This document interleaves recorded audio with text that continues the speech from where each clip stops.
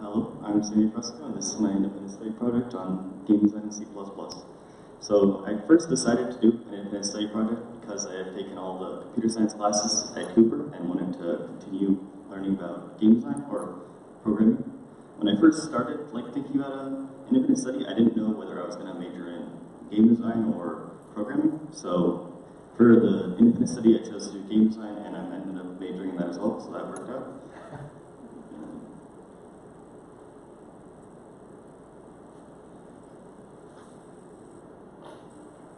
So when I first started thinking about what I was going to do for my independent study, I had to decide what I was going to do, whether a game or a program, and then what language to use and what IDE.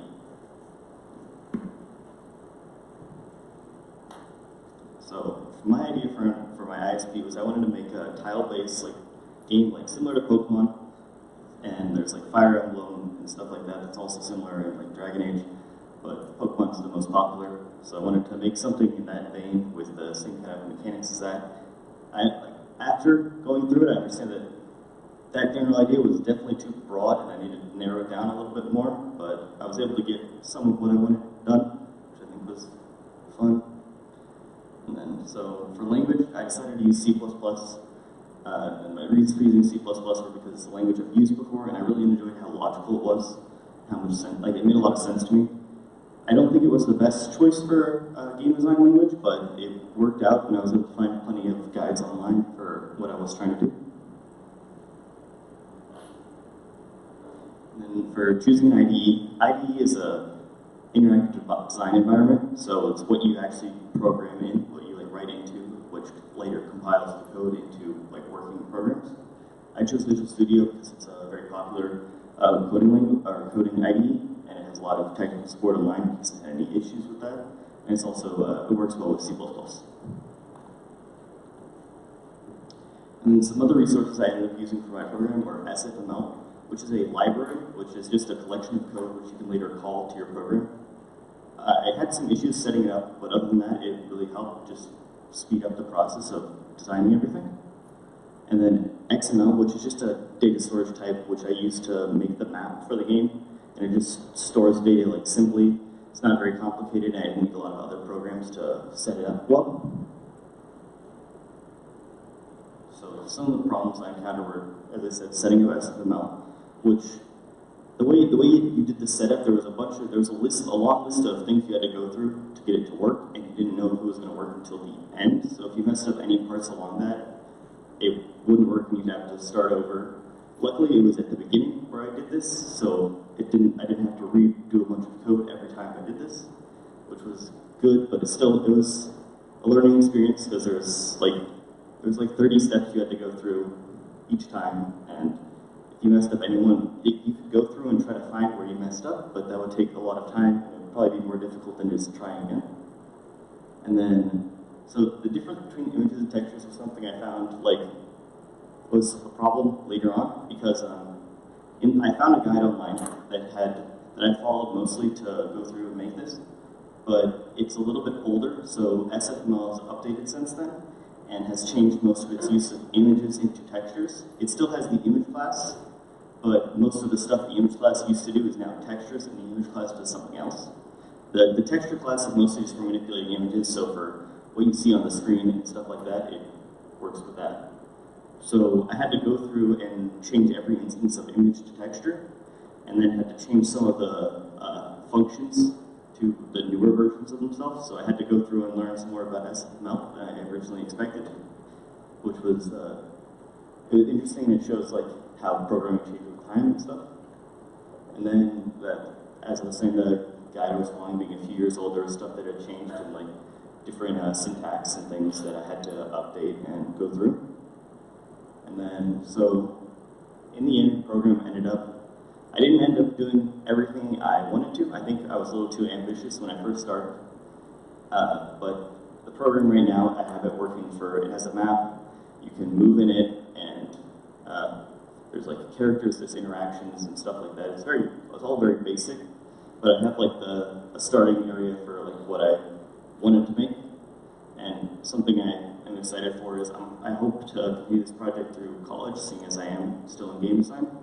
And I think it's something I can, for the program I'm in, it already has a course setup, so for like making your own game. And I hope to do this as like a side project to continue through college. So that's my ISP. So I'm Cathy, and today I'm talking about my independent study program on game development. I showed the slide. So first I'm going to talk about why I want to do this project. Well, first I want to major in game design in the college and also do game design related jobs in the future.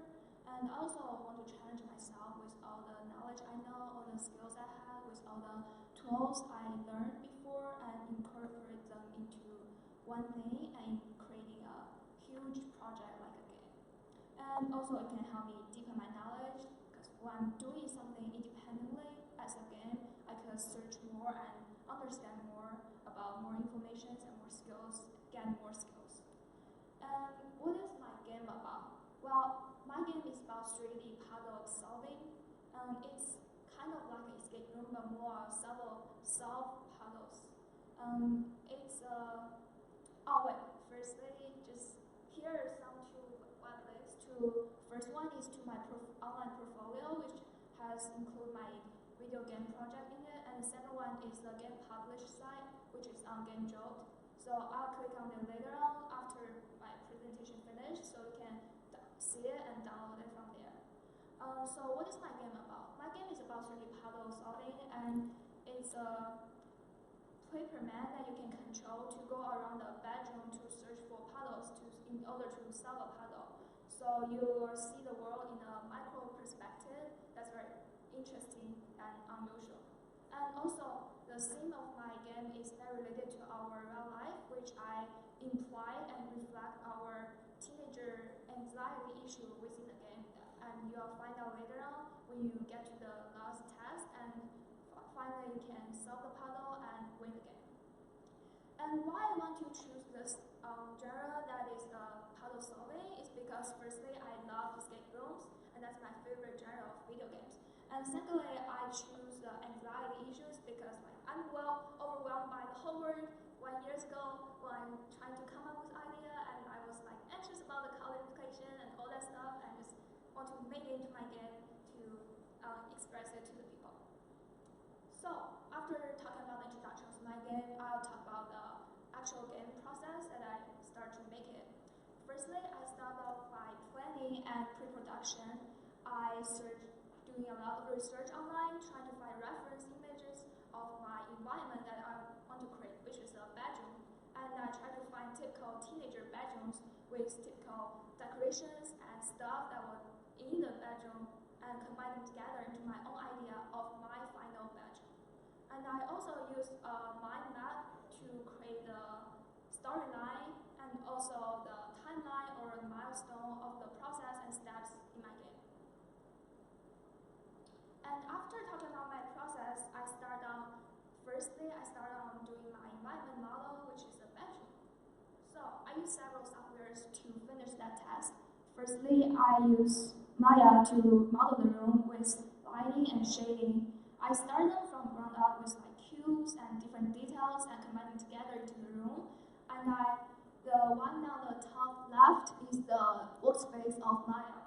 And the one on the bottom left is the workspace of Marvelous Designer, which I used to create the Ravestein fabric and clothes simulations in order to create some realistic folds and wrinkles that within different materials have different kinds of folds.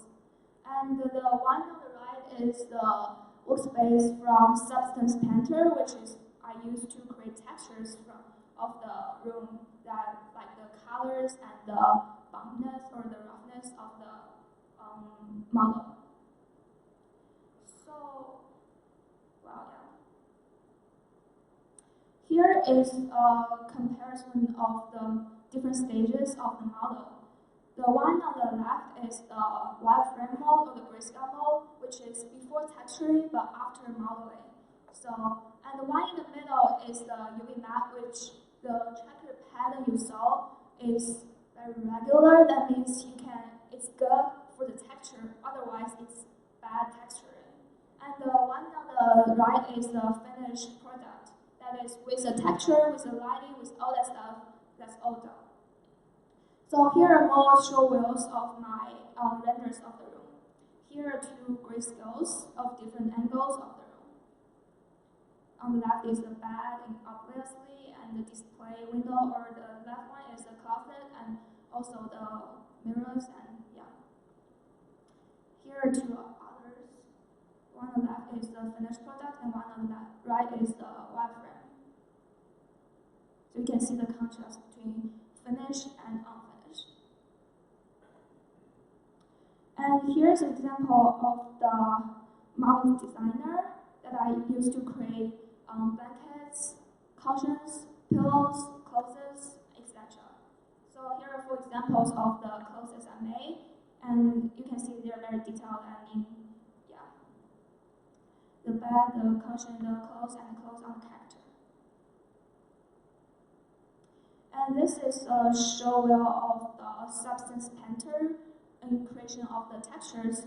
That on the left is a finished product, that is model, and the one on the right of it is the roughness map, which is a map in order to create some metalness, shininess on the model. And the one on the right of it, which is showing the purple color, is the normal map, which can create some bump on the 2D on the surface of the model in 2D, and it creates more detail. And one on the far right is the actual color map, which shows the different colors on the model. So here's how you combine all this map together in order to create one texture in some or one model. So after I finish my environmental modeling, I start on by creating my characters. So I have 2 characters in my game. The one is a girl who doesn't do her homework, and we, the character of the player, need to finish the homework by finding puzzles and solve the tasks. So I first start doing my Sally character, the girl, and I use ZBrush and Blender to create her body and her face and sculpture the detail. And then I use Maya to do the rigging and animation in order to make it move and can be doing some animations in the actual game. So here are some of the pictures of the character. It's a compare between finish and before the texture. Here are 2 more pictures from the character in-game, that is with the environment together. And here is my other character, which is the character of Paperman that our player need to control. So here shows the 2 little animation cycles of the Paperman that walk and run and jump, etc. The one on the left is the walk cycle, and the one on the right is the run cycle.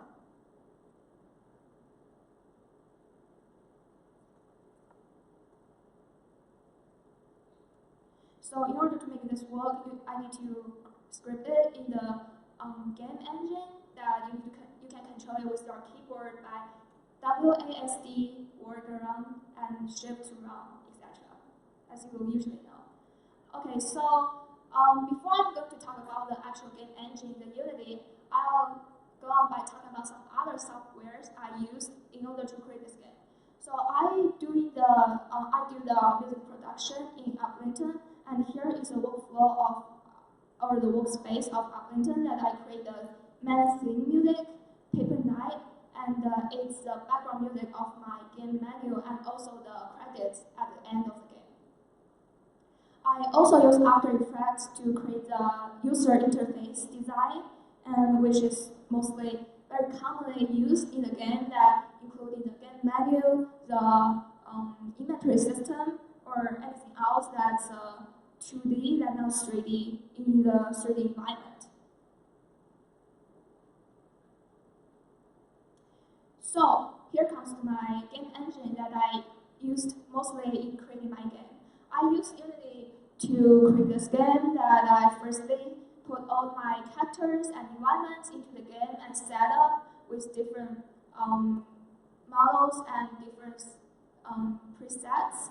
And then I start out by creating the physics of the model.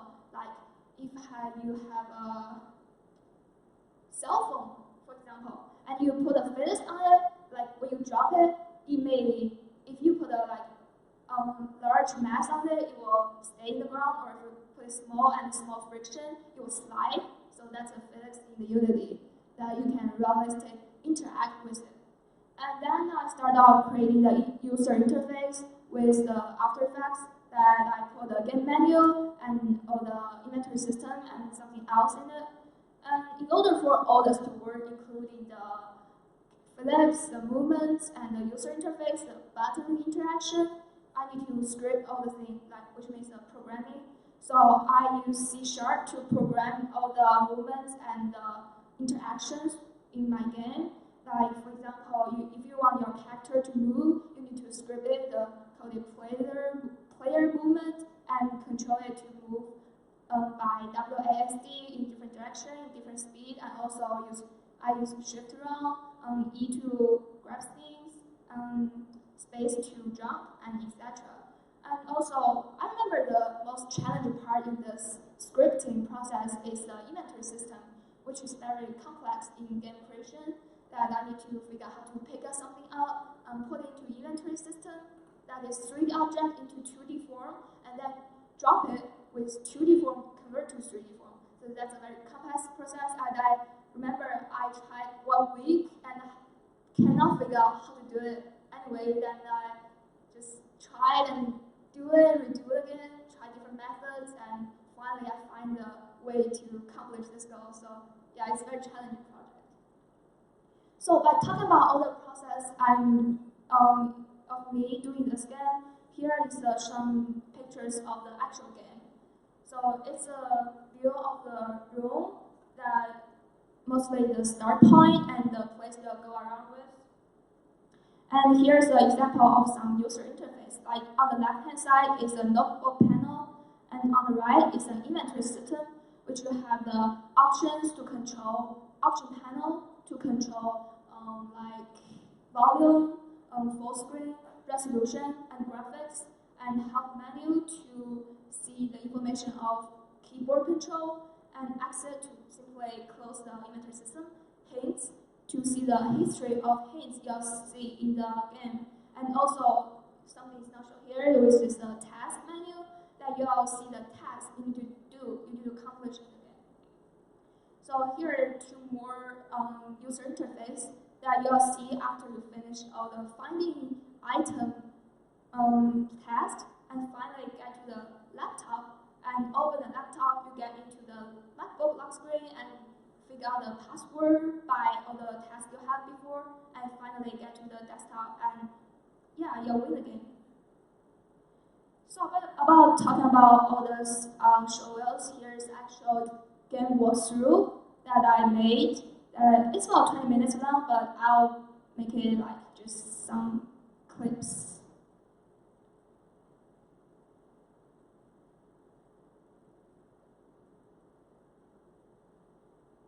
Well, just how to connect those sound out.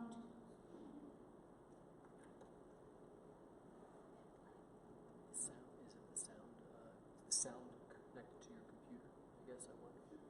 It's HDMI. Yeah. Try to play again.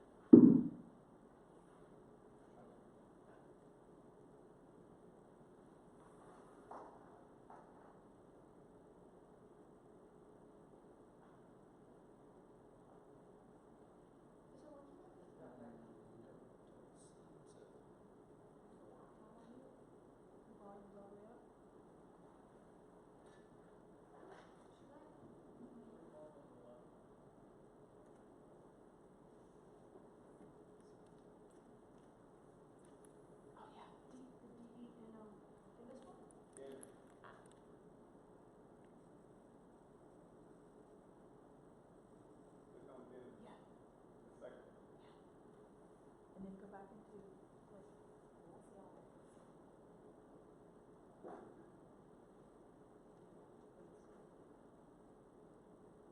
Check the volume.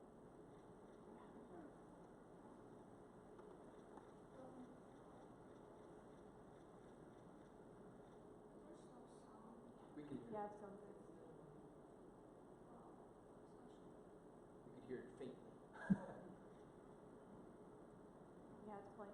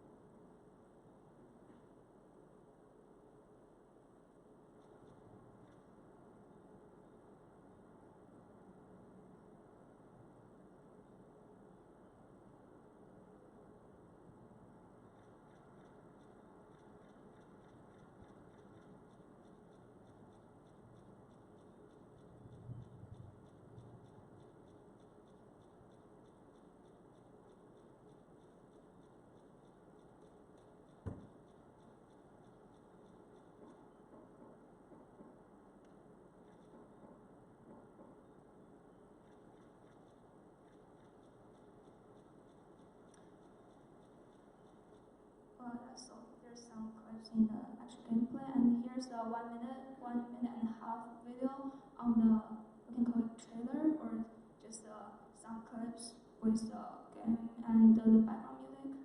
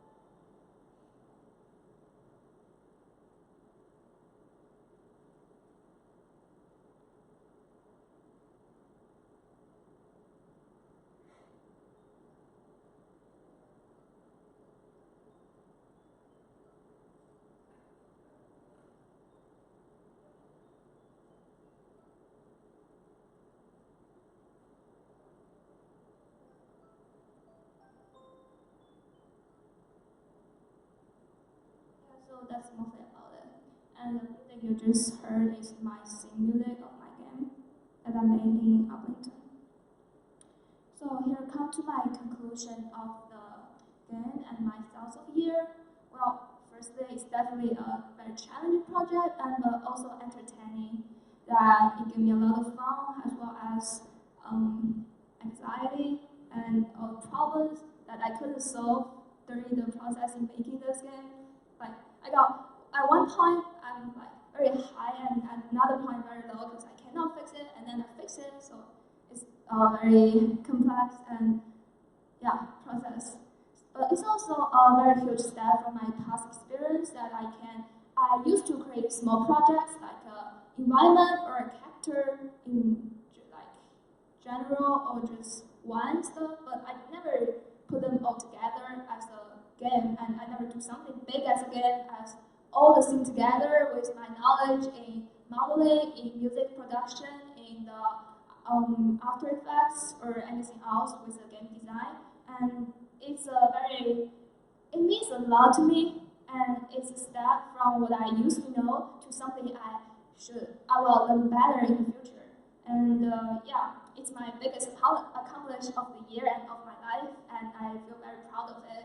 and I will do more and experience more in the future. Yeah. And lastly, I'll give my special thanks to Miss Musa.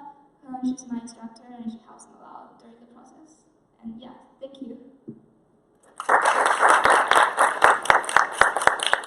My name is Santy Plaza, and I did an ISP about drugs in your brain. I will be talking about the physiological effects and psychological effects on your brain. Physiological meaning, what does a drug literally do inside of you? And psychologically, how does a drug affect one's cognitive behavior? Cognitive behavior being how one perceives and processes surroundings and experiences, and how one acts upon them. So firstly, that's basically what I researched. I researched kind of the effects of drugs that we take in our daily lives, depending on how old you are. And I spent a lot of time kind of in the research process of this project. Firstly, as you can see, I used a lot of Google Scholar and a lot of different sources that kind of helped me inform myself about things. I read them for some of the classes, and then I asked myself, what does that huge word mean, like adenosine? And then I looked up adenosine, and I just went in a cycle of finding more things about the chemicals that are inside of us. I chose 2 drugs instead of going really in depth into a lot, because there's a lot of information that I found as I researched them, and I chose the most used drugs in the world. So caffeine is used by 54% of Americans every single day. That means in some form or another, you take caffeine, like 54% of people in the US take caffeine in some form. And then alcohol is drank by 86.4% of people at least once in the US, and 70% of people in the past year. So as you can see, there's a very large margin of people that use these drugs. And I wanted to inform myself about them. Some problems that I encountered before we get started. There's a lot of big words. There's a lot of big words you're going to be finding in this presentation. And I had to look up every single one of them. But it was a lot of fun because I learned a lot. Another problem that I found is that I really quickly found out how much there is about each drug and how much it affects us.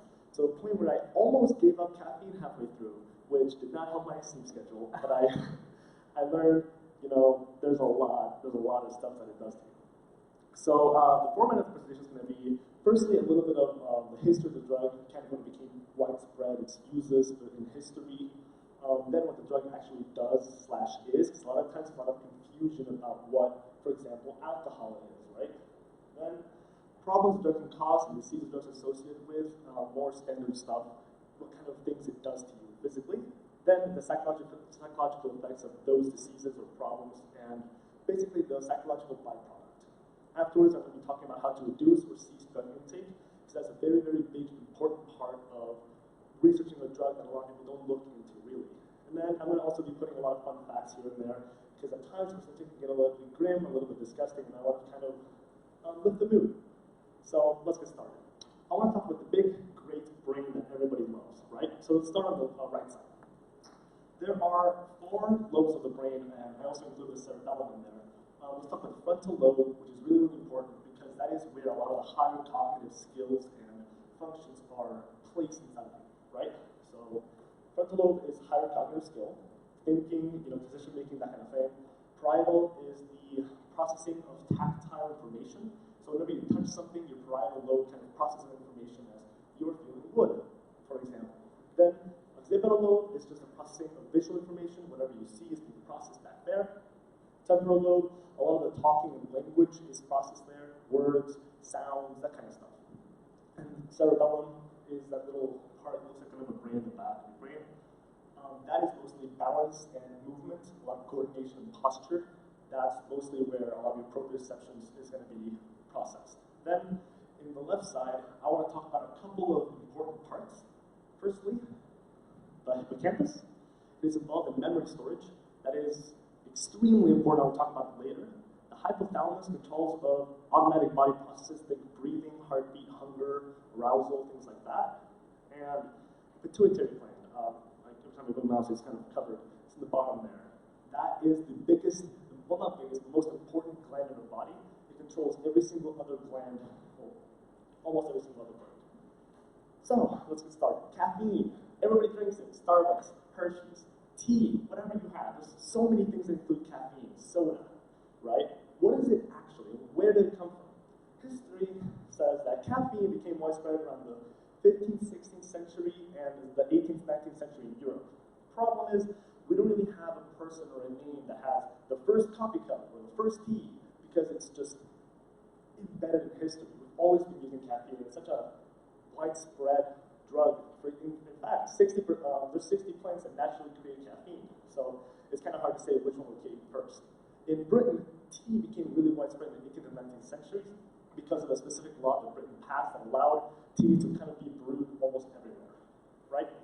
And also, something of note, it was used medicinally before it was used on a day-to-day basis. So we know that people knew about its psychoactive properties before people actually started using it as like a weight field. Next, what is caffeine? The first thing, the most important thing we're going to talk about is that it's a stimulant. A stimulant is a substance that raises neural activity in the nervous system. This means that when you take caffeine, it'll actually, instead of inhibit you, it'll make you more active. Diuretic, that just basically means that it makes you pee more often. They'll come in later in a little bit. And it is produced by around 60 plants, and candy is synthetically produced in labs.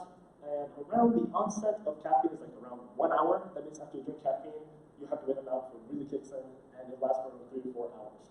Now, fun fact, the first one. Did you know that a regular Connecticut Cola, 12 ounces, has 2.83 milligrams of caffeine per ounce, and Red Bull has 6.67 per ounce. A regular cup of coffee, a drip coffee, has 14.37 or 21 milligrams per ounce, and that is only in 8 ounces. So Red Bull actually contains a lot less caffeine than you think it does, which is something I learned. Now, it is impossible to talk about caffeine without talking about adenosine. Okay, this is going to get a little bit of chemistry, and it's a little bit complicated, but bear with me. Adenosine is produced by the degradation of adenosine triphosphate. That means that ATP, which is the chemical that your cells use to power different processes, for example, your nerves need ATP to produce a nerve signal, and that's kind of the byproduct, right? It's a central nervous system modulator. What does that mean? It means that it's a chemical that's used by a specific type of neuron to regulate the activity of a large section of neurons. So this one chemical is used by a specific type of neuron to kind of tell a bunch of neurons to either stop or start. Next, it slows down brain activity. This is really, really important because this means that the more adenosine that binds up in your brain, the less activity you'll have in your brain. And because adenosine is a byproduct of activity in your cells, this means that throughout the day, the more your cells exist and try to do stuff, the more tired and less activity you'll have in your brain. And lastly, something really important is broken down during sleep, and it's kind of build up lowers during sleep. So during sleep, a lot of your adenosine gets washed out of your body. Now, this is extremely important. For the average adult in a resting state, the brain consumes about 20% of the body's energy. So when you're just laying down, sitting down, 20% of your energy is used by your brain. That's a lot of adenosine that's going to build up very, very quickly if you're just not doing anything. And I want to kind of show what happens in your cells whenever you take caffeine or adenosine. As you can see, that's kind of like a crude model of adenosine receptor. Adenosine, which is a square, fits perfectly into the adenosine receptor, but so does caffeine. This means that either caffeine or adenosine combine to the same receptor, which is huge because now we know what caffeine does. It stops you from having adenosine binding in your cells and in your brain. Therefore, it increases alertness by nullifying the tiring effect of adenosine. It increases the rates of acid in the stomach, which is kind of a byproduct of just having more activity. And it increases blood pressure, which I'll talk in a little bit, but that's important. Next, it induces restlessness because you cannot get tired because there's more caffeine than adenosine in your brain at the time of you drinking caffeine. It increases anxiety, which I'll talk about later, and there are headaches from caffeine rebound. Caffeine rebound is basically defined as whenever you drink caffeine, you have a withdrawal effect after caffeine dies out, because a lot of the caffeine that you had that gave you all the energy just dies, and then you have a lot of like just a huge onset of adenosine, which kind of really shifts your energy level and gives you a really bounding headache to like 4% of the population. High body temperature, that's just a byproduct of higher activity. If you're doing a lot more stuff throughout the day without getting tired, you're obviously going to be burning a lot more calories, and you're going to have a higher body temperature. And this is a really, really big one. It causes the pituitary gland to cause adrenal glands to release norepinephrine. Now, that seems like a big sentence, but I'll break it down. The pituitary gland we talked about before, it's a gland in your brain that controls other glands. The adrenal gland releases norepinephrine, which is basically adrenaline. It is, well, noradrenaline. It is identical to noradrenaline, and it causes, well, this is a little bit later, it causes the fight or flight response in your body. So caffeine causes a mini fight or flight response in your body, which increases the anxiety, because it gives you more to worry about in physiological level. Now, a fun fact, did you know caffeine can reduce headaches, which is kind of the opposite of the thing, right? Caffeine has vasoconstrictive properties, which means that your blood vessels kind of constrict a little bit, which is why it has higher blood pressure. That's why caffeine gives you higher blood pressure. Because in your brain, your blood vessels literally become smaller when you drink caffeine. This, combined with aspirin or acetaminophen, which are drugs that treat headaches, increases the pain relieving effect by 40%. Next, let's talk about the problems and diseases with caffeine. Now, this is a very small list compared to alcohol, but it is still nonetheless a little bit worrying. The slight addiction is different than regular diagnosed addiction because caffeine doesn't trigger dopamine. Dopamine, which I'll talk about later, has a reward system. That's basically what gamblers and people who are addicted to drugs kind of deal with. The addiction that comes from caffeine is that whenever you take caffeine, your body, to combat the lower levels of adenosine, makes more receptors, which means that after the caffeine dies out, you're going to be more tired because there's more places for adenosine to bind. It increases anxiety because of the very slight fight or flight response that you get from caffeine. It increases blood sugar levels, which I guess I can't really explain that because it's just blood sugar levels. And it can cause dehydration because it's a diuretic.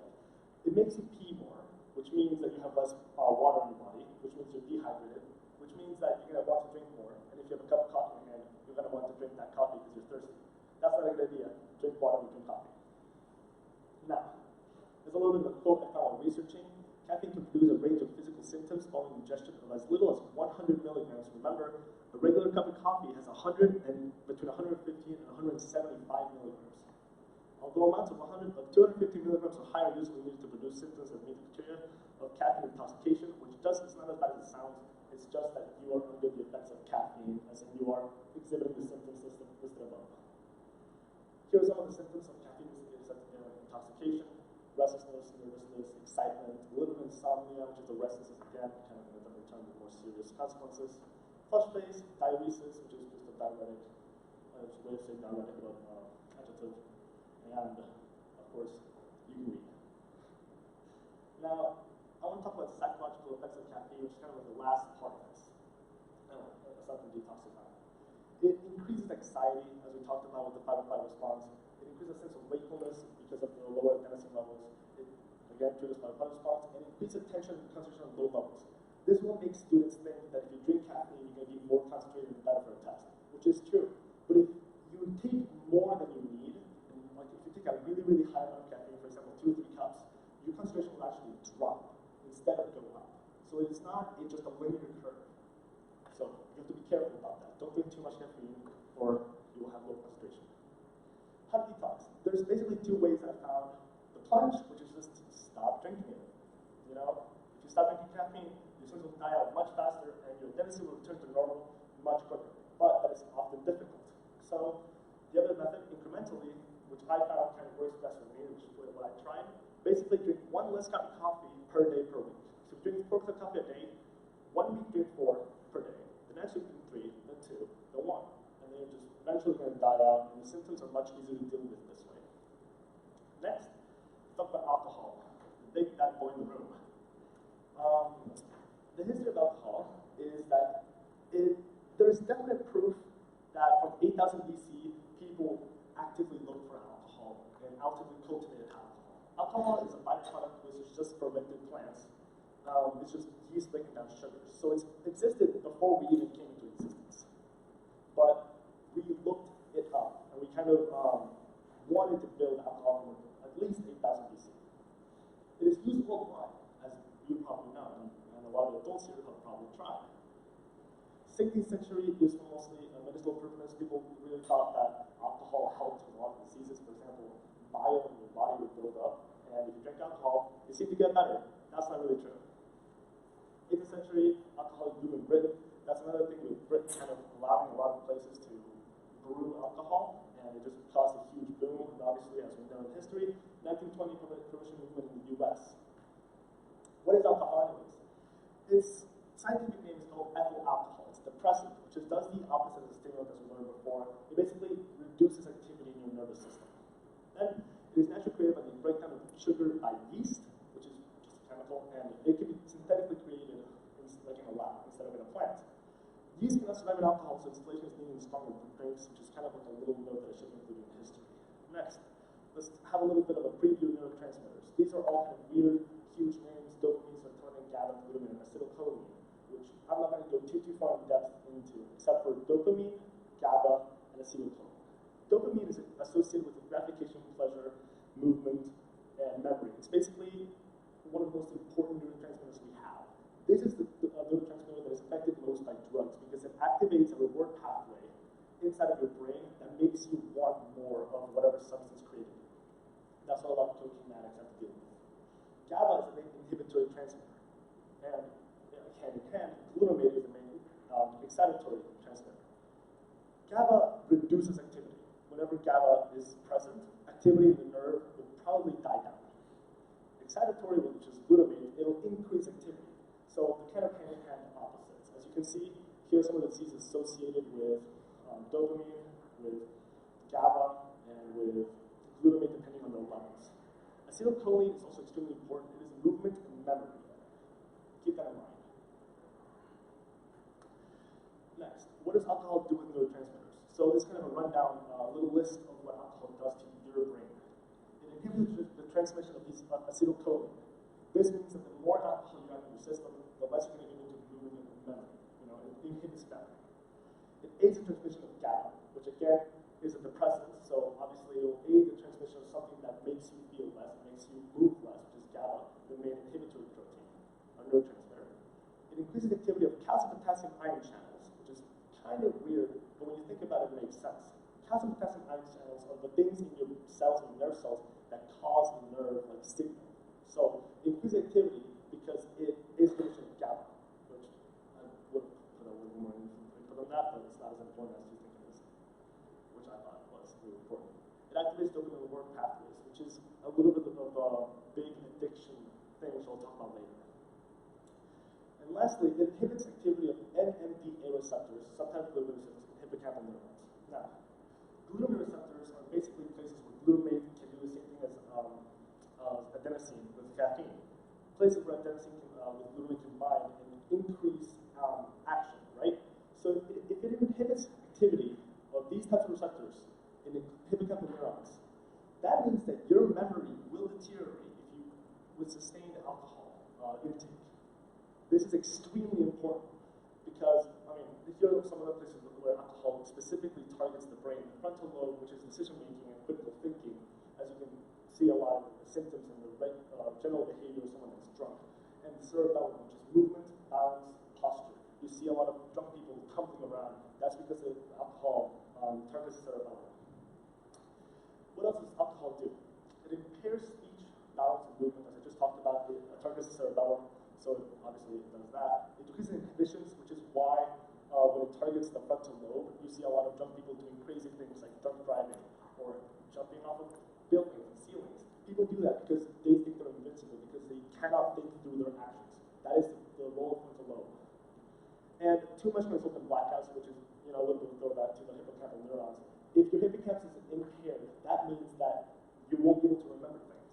And that's the blackout effect. And there's a decreased damaged brain tissue, which I will show in a little bit, and it's pretty scary. And acetaldehyde. It's a little bit of a smaller thing, but acetaldehyde is broken down in your liver into acid.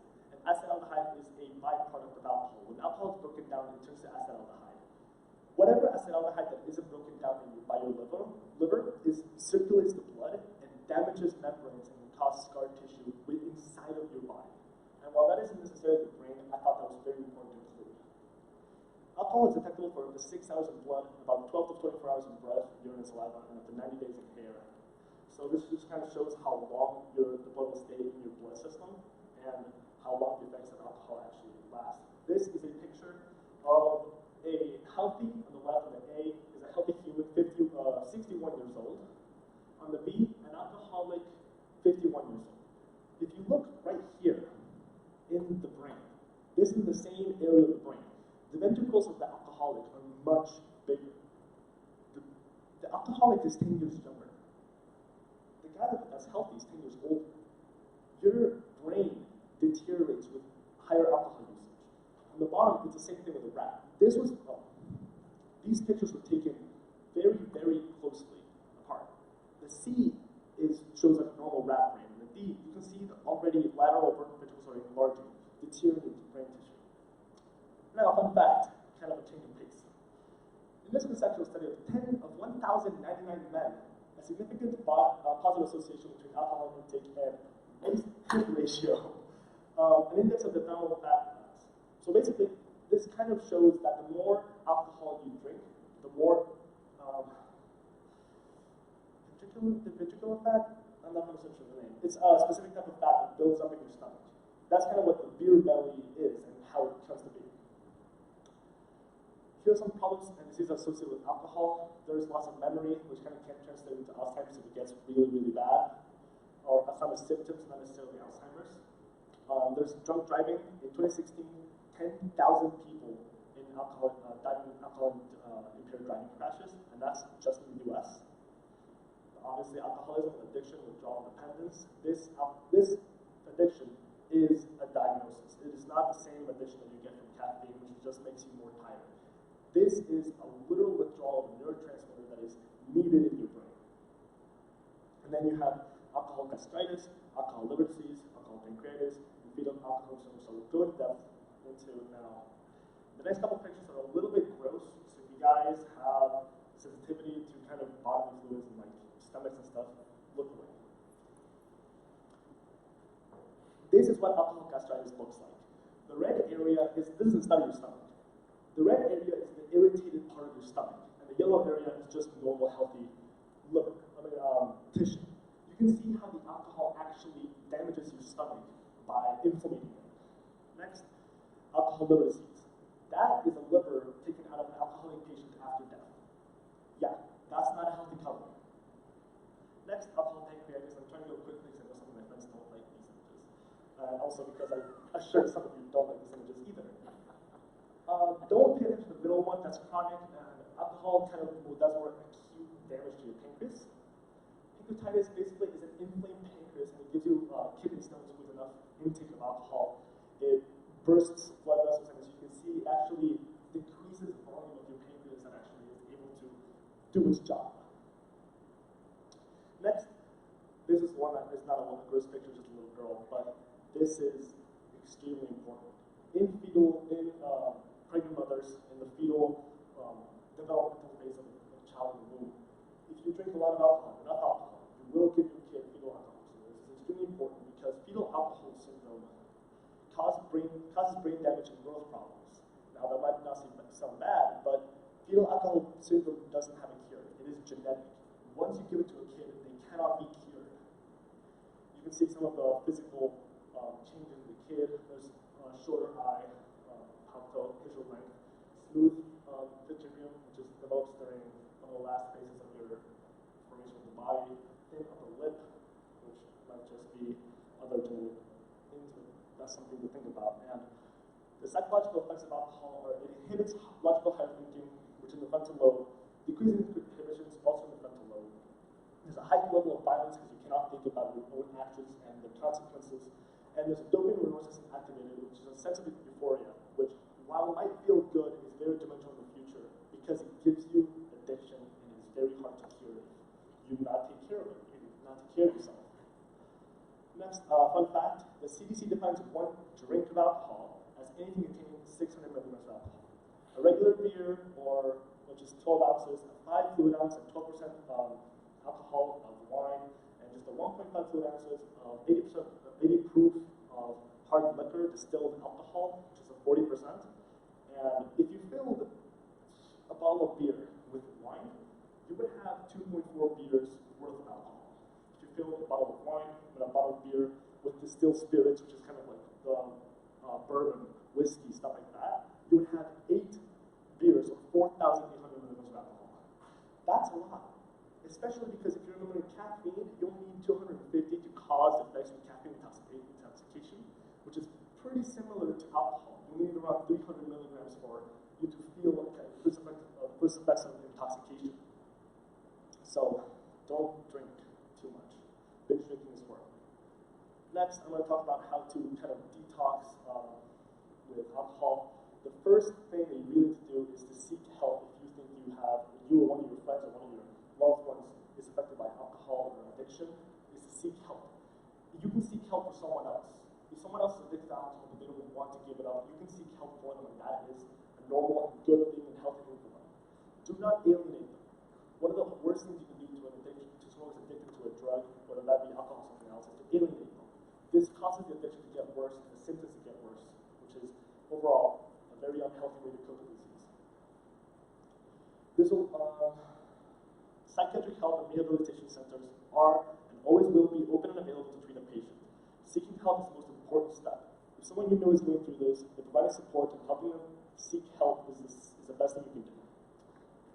Conclusion, I hope this presentation taught you something about the dangers and effects the most common drugs in the world have on one's body. I make this presentation to raise awareness about certain drugs that are especially common in college, so my peers are well versed in something that they're putting inside of themselves, which is extremely important and something that directly impacts their and their peers' health. I hope that I did this subject justice, or at least further your understanding of psychoactive drugs. Thank you. So this is our presentation on podcast production, the path to publication, by myself and Valerie.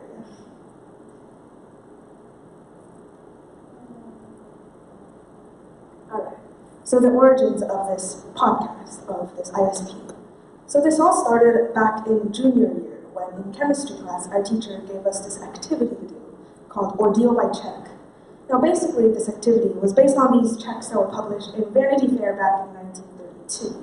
Now these checks, what happened was our teacher cut up the checks and put them out of order, and she had us try to rearrange them and put them in the right order and try to deduce a story just based off of these checks.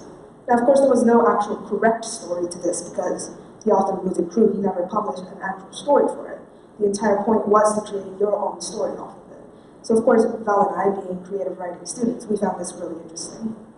Now before we actually had the chemistry activity, I had been binge listening to a podcast by the name of The Black Tapes.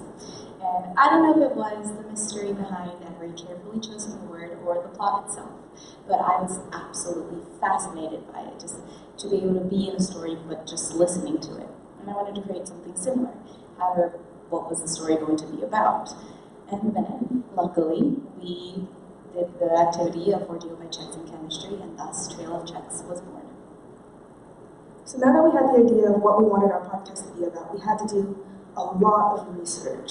So you'll see on the picture to the very right, a screenshot of our Google Docs that we used for our beginning research, where we just did research on as many of the checks as we could. So what we did was we dug through the checks, and we found ones that had, for example, strange dates or strange names or strange amounts of money being paid that we thought were a bit suspicious. And so we would look into them. So for example, the very first thing we researched was a check to Stanford. Now this was strange because the check was far more than tuition was at the time. And we looked into it and we adjusted for inflation and everything, and it turned out that indeed it was really way too much money. So based on this, we were able to build off of that and create a little story about that. Why did they pay so much money to Stanford? Were they trying to bribe the school or something? And then things like this. We also were able to find connections to later checks. We found a connection to these interesting checks about University Club florists. And we were able to find connections to a current thing called the Stanford Faculty Club, which, strangely enough, on their website, they said they were burned down in the 1960s. So this kind of information that we found, it was really interesting, and we were able to just build stories and ideas off of this. There were other interesting tidbits we found. For example, the Ambassador Hotel was apparently where JFK's brother was killed. So we did research on these checks, and then once we got all that down, we decided to start actually working on our podcast. Now we knew from the very beginning we wanted to be a fictional podcast in the sense that it wouldn't be Valerie and I talking, there would be characters. So we made these characters for ourselves, Alex Eckwood for me and Vanessa Hughes for Valeria. And we had these characters be university students, mostly because we didn't think our voices could really pass. We're much older than that. But we had these characters, and we started to plan out a structure for the very first episode. see in the middle picture, we have in big letters, realistic, because that's what we wanted the podcast to be. We wanted it to feel real, even if it wasn't. So we have a fake university and everything, but we tried to keep it as feel as real as possible. So we did a bunch of outline. We did an outline in that middle. That's what that middle picture is, and we did that outline in Mr. Elliott's room on the whiteboard. And I'll have to say, our very first draft for the podcast was not very good. It was basically just our characters spouting information for 10 minutes straight, essentially, and it was very boring, not interesting. We completely scrapped that idea. And then we decided to put our creative writing minds to use, and we actually plotted out a story, a structure, and everything like that. We added more characters. We built tension, things like that. And then I digitalized the outline, as you can see, because we needed it to be legible to be able to actually use it. So, with the research done, and with our outline done, it was time to actually start writing. So you see on the very right, a screenshot of our script. So we were using this app called Writer to Duet to write. It's an app that's essentially, it's Google Docs, but for screenwriting. And it's really useful. And of course, we're not really screenwriting. We weren't really screenwriting. It's podcast, there's no visuals to go along with it. But the whole point of screenwriting is that the dialogue is the main focus, and for podcasting, that's really useful. So this format became really useful to us, and in the end, we ended up with about 21 pages of script, I believe. So, of course, as I've already said, Val and I were graduates of creative writing too, and so we already knew how to write a story. And especially since we had already done an outline, the story writing process wasn't terribly difficult, besides trying to keep the dialogue realistic and trying to keep our characters sounding like they could actually be university students. So once we had the episode written, it was time to start recording. And this all is all encompassed by my ISP, which was about podcast production itself, which covered the writing, the planning, the recording, everything like that, editing and everything. So with recording, that was where we came across our biggest issues. You would think that it wouldn't be that hard to find a quiet place to record it. I mean, even the Robles lecture hall right now, it doesn't sound very loud, but you put a microphone up to it, and you suddenly realize how much noise there is. You hear the hum of the air conditioner, you hear electrical interference everywhere. You hear the sound of phones ringing. But we trudged around the entire school trying to find the quietest place to record, and eventually we settled on the recording studio in the GPAC. There was still a little bit of noise, but we figured we just had to deal with it at that point. So we went and recorded it. Recording was a beast in of itself. So we had to figure out we figured out that the best and most efficient way to record would be to record the episode straight through, no cuts, if we made a mistake, we would just pause, wait a few seconds, and then start over from the top. And this was all done so that my editing job later would be easier. Then we also had to figure out times to get other cast recorded as well. So we had a character who was a teacher, and at first we were unsure who we wanted to use as this teacher, who we wanted to voice act. But then we figured, why not just use Mr. Elliott? He's our teacher in real life. It'd be fitting if he was our teacher in the podcast. Then there were miscellaneous other smaller roles that we had our classmates play, and one other slightly bigger role that I used my acting connections, because I do theater, and I used those connections to find a student to help us play that role. So once we had everything recorded, it was time to get everything edited. Now you see on the left a screen grab of my Logic file that I used to edit the podcast. It's very massive, it's all color-coded and everything so that I can keep track of everything. So you see, it's broken up into separate chunks, and I separated it like this to distinguish where all the breaks and acts and everything were. So I had to there were a lot of different tracks I had to keep track of, mind the pun.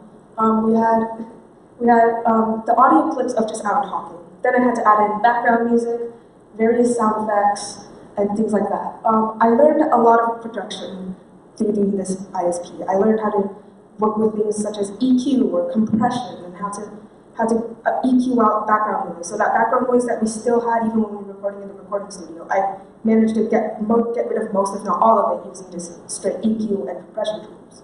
I also had to do a few things like adjust the length of pauses between sentences, for example, because, like I said, we wanted it to be realistic, and there were times of recording where we would pause for too long, or sometimes we wouldn't pause for long enough, and so I would have to chop up the pieces and put them together and try to make it seem more realistic.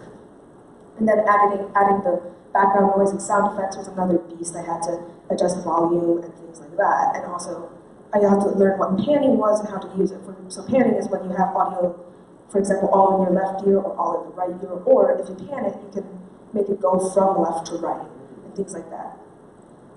So I edited this, and it took a very long time. I've spent many a night sleepless just editing this podcast, and it didn't help that our theme song was fairly terrifying. So staying up at 4 a.m. listening to that over and over as I edited wasn't very good for my sleep schedule.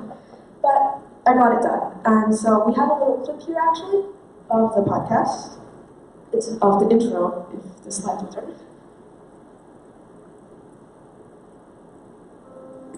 Unsolved mystery. Check. Inexplicable death. Check. Unfathomable events. Check.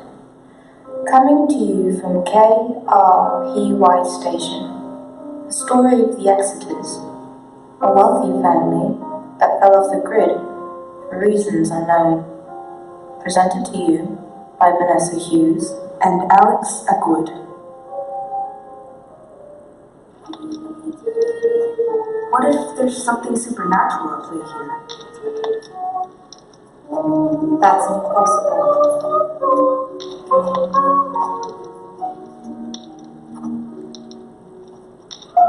This is all hypothetical, of course.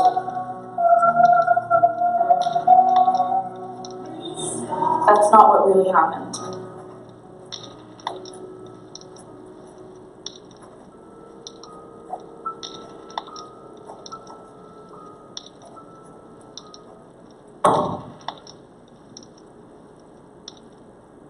Alright, so now you can probably see what I mean by the theme song being really creepy. So that intro, and so that intro by itself also, that took maybe an hour to edit, just that 1 minute of audio, so it's pretty crazy. But I managed to get it done. I got the podcast, the first episode, all edited and everything. And now it's time to publish it on the internet. So I had to do a lot of research about this because there's many different ways to host a podcast on the internet. There are some that are expensive and then the ones that are less reputable. So for example, you can host on SoundCloud, which is entirely free, but I heard that it was pretty sketchy for podcasters and they would be scamming podcasters and things like that. So I decided probably was best not to use that. Then there were other options such as Blueberry or Libsyn, which were pretty popular among podcasters. But I looked into it, and for two high school students with no budget, too expensive for us. So eventually I found a decent compromise in Podbean. So Podbean is about $10 a month to host podcasts, but it comes with a bunch of benefits, and I think it's a pretty good bang for its buck. So some of the benefits of Podbean, for example, are, you see in the centermost image, a screenshot of the dashboard for Podbean. Now on this dashboard, you can see statistics about your viewership and see, like, for example, who's viewing, how many people have viewed in the last 30 days compared to before. You can see where people are viewing. So, for example, within the first few weeks, someone listened from Sweden, which was really interesting. And things like that. It also comes with a little customizable website. It's not the most technologically advanced website maker in the world, but it serves its purpose. And as you can see, we managed to customize it to be pretty nice and to serve our purpose. But the main benefit of using Podbean was that it made it really easy to get onto Spotify and iTunes, which would be much easier for people to listen with. So it's a pretty simple process. You need to submit the podcast, the URL link that's provided by Podbean, and you need to submit that to Spotify or iTunes. And they have a review process where they have someone listen to it, and then if they decide it's okay, they'll allow it to be put on their streaming service. So for iTunes, it took about a week, and for Spotify, it took maybe 2 days, which was really interesting. But after all that, the podcast was online for anyone to listen to.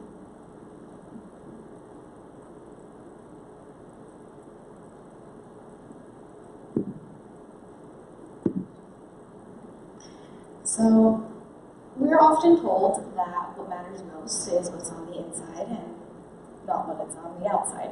However, marketing would like to slightly disagree. So,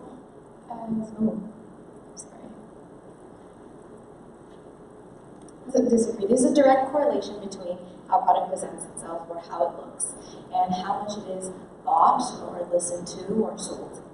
Now, you wonder why this was relevant to ours, because we wanted to create an image for our podcast. We needed an image because it goes along with the final product and the quality of the product. So there's many varieties of genres within the podcasting market. This can come all the way from history to a section solely dedicated for kids. However, due to our background in creative writing, we were most interested in the story section of the podcasting market. So the story section includes fiction of all types. However, as you scroll through them, and you can see on the far left and far right images, you can tell there is a clear pattern, or pretty obvious pattern, of murder, mystery, and dark themes. Now, you could probably write it off as maybe just the story branch of the podcasting market going through its emo phase. But if you look at the top story podcasts in the past 3 years, examples are Serial, Welcome to Night Vale, and My Favorite Murder. They all follow the clear and exact themes that I mentioned of murder, mystery, and dark themes. Not only have they also all been ranked within the top 10 by countless sources, including Player FM, but they have a certain standing within the podcasting community. So with this, we can kind of have a prototype or a hypothetical idea of what you needed to create a successful podcast. You needed not only for your quality of the content of your podcast to contain these themes, but as well as the image. So through the help of Mr. Elliott, countless students who also played roles within our podcast, Alyssa, and a student artist, Leo Riordan, who created our cover art right there, as you can see, we were able to create the product for Trail of Tracks. So now that we had a product, we needed to sell the product, or at least advertise it for people to buy. So there's 3.2 billion people currently on social media. Now that's a lot of people. So, and with social media having an algorithm that directs certain advertisements to the audience that is most likely to listen to, so your target audience, you would think it's like a match made in heaven.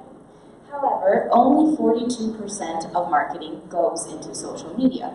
Now, you would think this is a little odd considering the numbers that I just stated.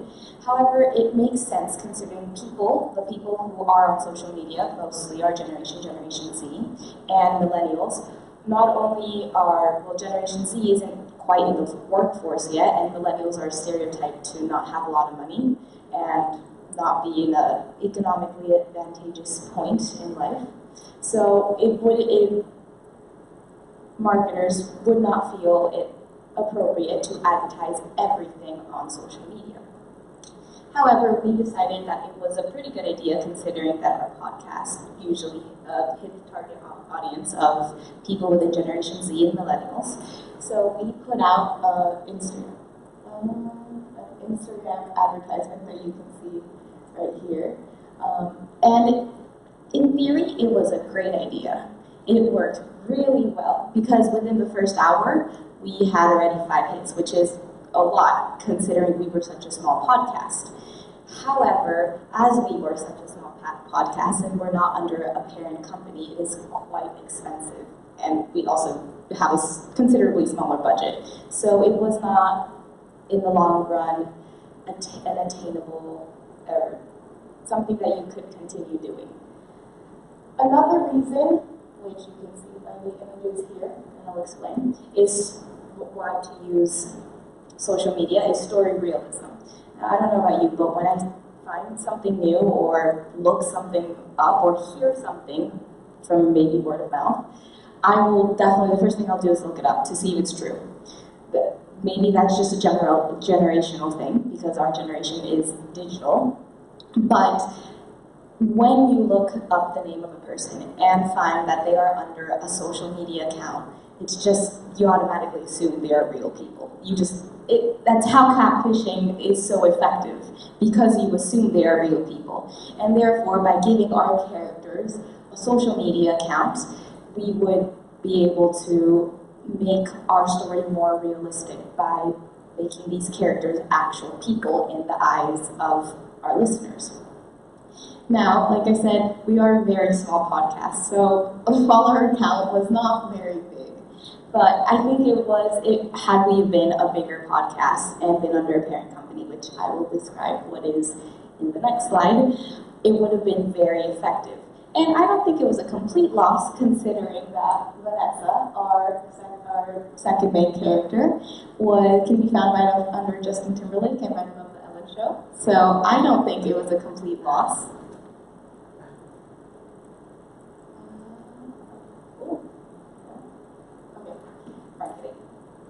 So the podcasting community is incredibly tight-knit. And what I mean by this is, imagine the refreshment industry with a bunch of different Coca-Colas, and as you know, Coca-Cola owns quite a number of brands, but you don't know that unless you really think about it. So think about the podcasting industry as multiple Coca-Colas that own multiple different brands, or in this case, podcasts. So there's a lot of parent companies, and these are companies that have or dedicate themselves to producing a number of podcasts. Now, these podcasts you don't realize are under parent companies, or you kind of hear it because they do present themselves under the parent companies, but you don't really necessarily relate the two of them. So the advantage of being able to be under a parent company is being able to inter-advertise. So that means you can advertise your sister podcast within a popular podcast. So if a company already has one popular podcast, and take in mind, since this is a company, they have amazing production and advertising and really quality content. So if one single podcast can get into the top podcast, which was done by the Black Tapes, you could be able to therefore show your audience or your listeners your sister podcast, which you can see they did here with this. Can you go back, please? Thank you. You can see we did.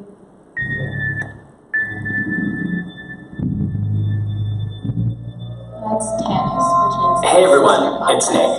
The next time you hear from me, I'm going to have some incredibly exciting news about what's coming next from the Public Radio Alliance. In the meantime, I have some other exciting news. If you enjoy Tannis and rabbits, you're going to love the Leap Year Society. Join podcast host Amanda Morrison, her producer Mitch, and conspiracy theorist friend Colin as they work to uncover the truth behind an age-old secretive group known only as the Leap Year Society. Now, as you heard there, they kind of side-mentioned the fact that they were under the same company. They didn't explicitly say it, but they did mention 2 other podcasts, which were their sister podcasts. So this is a marketing technique that can only really be done by parent companies. Since we were not a really big podcast, we were wondering, so how can we get a community or a following?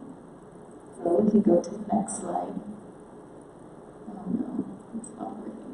We decided to use the Cooper community because it was what we had available. So through the word of mouth or through word of text, as you can see right here, we were able to get out to people and allow people to become interested in our podcast. Maybe not necessarily listen to it, but it did intrigue people, and they would therefore tell their friends or maybe their parents, and so on and so forth. And not only were we able to get it out by word of mouth, but we submitted our first episode to our literary and arts magazine, Ink Blots, and we were able to get into this year's publication. So this allows us not only to have more recognition, because they will be inserting a QR code with our podcast script, so it would allow people to listen to the podcast, but it really allowed us to use what we had, the tools we had, the community we are in, to market our product.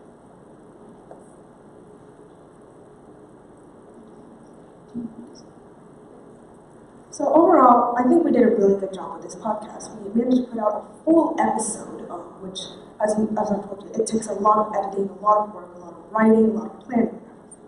However, there are things that could be improved upon, mainly for us, time management, because we're both seniors and we've both had many other commitments that we had to put time into.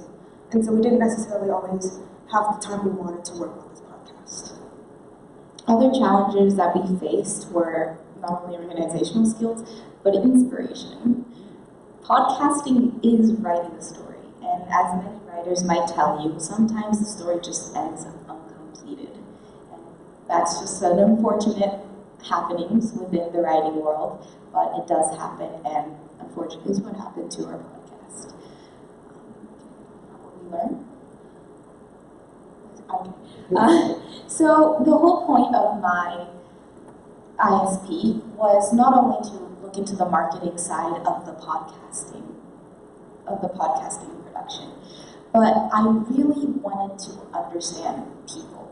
And now that kind of sounds weird, but it kind of makes sense. You have to understand people not only to market a product, you have to understand your audience, but you also have to understand people to see the trends. So why all these dark and depressing themes that seem to run so prevalent in our story branch of the marketing? So I realized that people in the end really just want to understand other people. And now it sounds a little bit sense, but it's the same reason people look at morbid documentaries or look into serial killers and murders. We just want to understand people. And in a world where everything is digitalized and communication and connection happens through a screen, learning about human connection is a lifelong journey. And this is just another path that people take. Now, my reasons for doing my ISP were perhaps not so deep. For me, it's just that I personally really enjoy producing audio and editing audio, things like that. After making this podcast, I also started producing music and things as well. And it's all interconnected. I've learned through podcasting, I've learned techniques that help me with making music. But I figured out with editing the podcast, I've read in many articles that when I was trying to learn techniques for editing, lots of podcasters, they find editing, they find the whole production side of a podcast to be the most boring part, the least interesting, something that they don't want to do. And I've always felt different. I've always felt it may be a grueling task, but it's really fun and it's really rewarding once you get to the end and you have that podcast and you can say, hey, I'm the reason this all happened. This is my work. And that's the reason I did my ISP. Thank you very much. So my ISP, I spent over a year working with Mrs. Elliott over the fall of the Qing Dynasty, which is known as the last dynasty of China. Now, the Qing Dynasty were basically rulers from the Manchu tribes who conquered China in the early 1600s. They took over the Ming Dynasty, and they're like, we're the rulers now. They're basically what China considers as the dynastic cycle.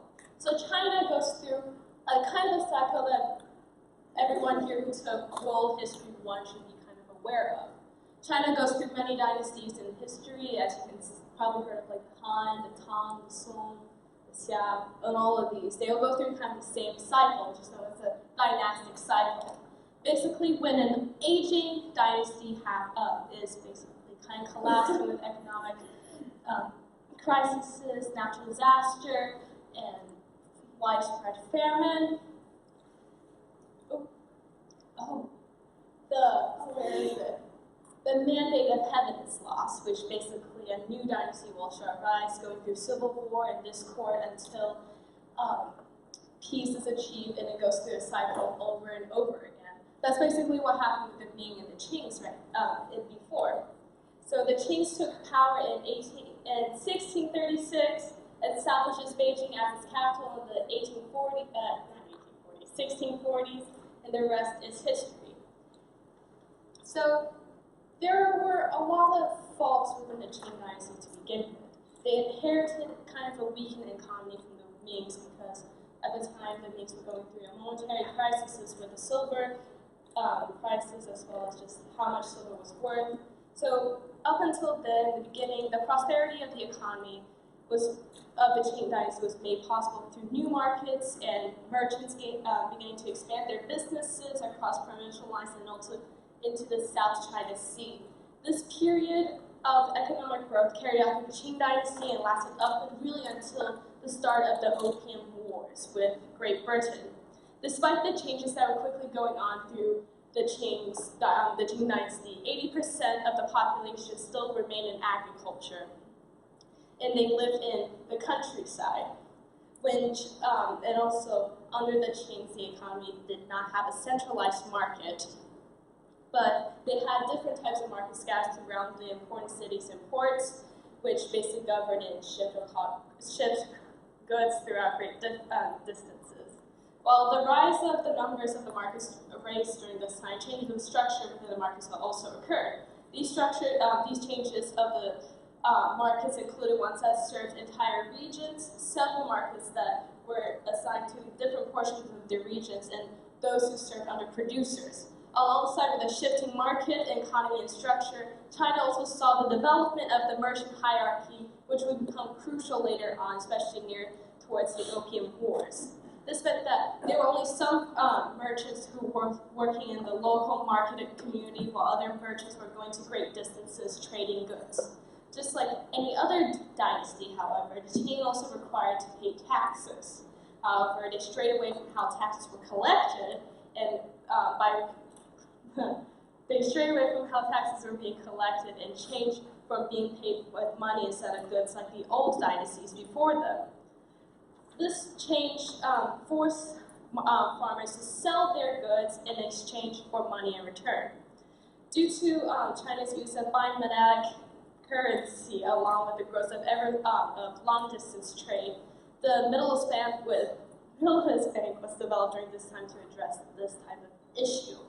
The issue that arose from this was conducting long-distance business with heavy currency becoming problematic due to wage and bandits. The remittance bank would take cash deposits from a merchant in one place and issued in the other, issue a certificate which basically the merchant can take anywhere else and cash it in. It's kind of like a check.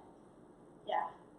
And so by the 18th century, there was a vast networks of banks, routes, as well as just ports opening up for the commercial activity in China. Now we're going to get into the Canton system and the economics during the Opium Wars. So the Canton system, pre-Opium War, had greatly aided China in the economic growth and prosperity. The Canton system was a trading system that developed between the Chinese and foreign merchants to make things much easier, as being kind of also the middleman. The system developed around the 1760s when foreign trade was coming into China, and especially into the Canton region, which the Chinese people here may know as Guangzhou. So basically, the system consists of three different elements. The native Chinese trade with Southeast Asia, the country trade of Europeans who attempted to earn currency to buy Chinese goods by carrying merchandise from India and Southeast Asia and China, and finally the China trade between Europe and China. Merchant firms were also appointed to have a large monopoly, which kind of also created this chaos between the merchant hierarchy once more, and yes, which basically they pay a lot of money. Despite the strong beginnings of the dynasty, it had to fall like most others. The decline of their economy started with the trade imbalances between England and China becoming a little bit too great. This issue stemmed from the fact that there was a high demand in Chinese tea in England. However, there's not enough demand of British goods in China because at this time in history, China was a bit close-minded. They like to stick to their traditional values.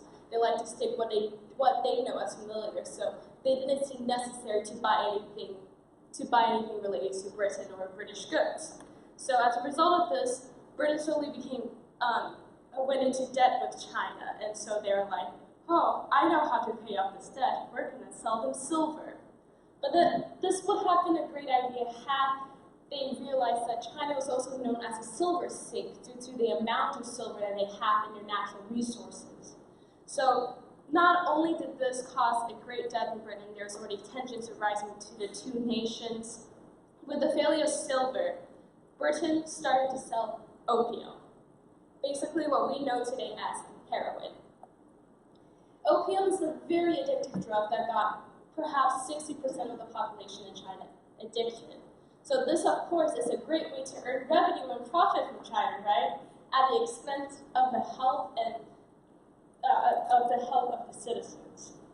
So at one point, China tried to stop the British from selling opium by cutting off trade with England, which basically started the Opium War as we know it today, because trade revenue, especially with opium, was extremely important to the English. The main driving force behind the decline of the Qing Dynasty economy was the government overspending in the beginning of the dynasty, to corruption in the government, and by the 1800s, the economic foundations of the Qing Dynasty was weakened, with foreign trade being taken advantage by countries such like England and France.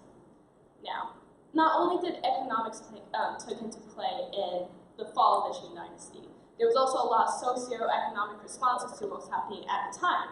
The Qing Dynasty witnessed a lot of rebellions, revolts, and revolution that testified against their legitimacy as the rulers of the Chinese empire. For much of the Chinese dynasty, many lived through emperors that passed unfavorable policies for the majority of the nation, which I remind you again was 80% of the Chinese population at the time worked in agriculture, and more than half of them were considered part of the peasantry class. From the Taiping movement of 1853 to the 1911 revolution, the autonomy of the Qing state was questioned many times, despite its consistent hold onto power for the rest of the late 19th century. Through rebellions and revolts, it allowed many Chinese citizens to notice the inconsiderate and impious behaviors of the emperors and their administrations. While the population of China grew from 100 million in the beginning of the 1700s, it quickly rose up to 450 million people by the end of the 19th century.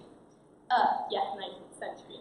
The inability to govern a large number of people was proven under the leadership of the Xianfang Huangdi and the Tongsi Huangdi, who oversaw the Second Opium War, the Taiping Rebellion, the Rebellion, and the Tongsi Restoration that occurred under their rule. Unpopular laws and policy were made in favor of foreign trade, and the foreigners have also caused social unrest amongst the generations. Soon enough, during the mid-Qing dynasty, it will be marked after rebellion, rebellion, and rebellion. But the first major rebellion, the internal conflict that happened, was the Taiping movement, as you can see up here.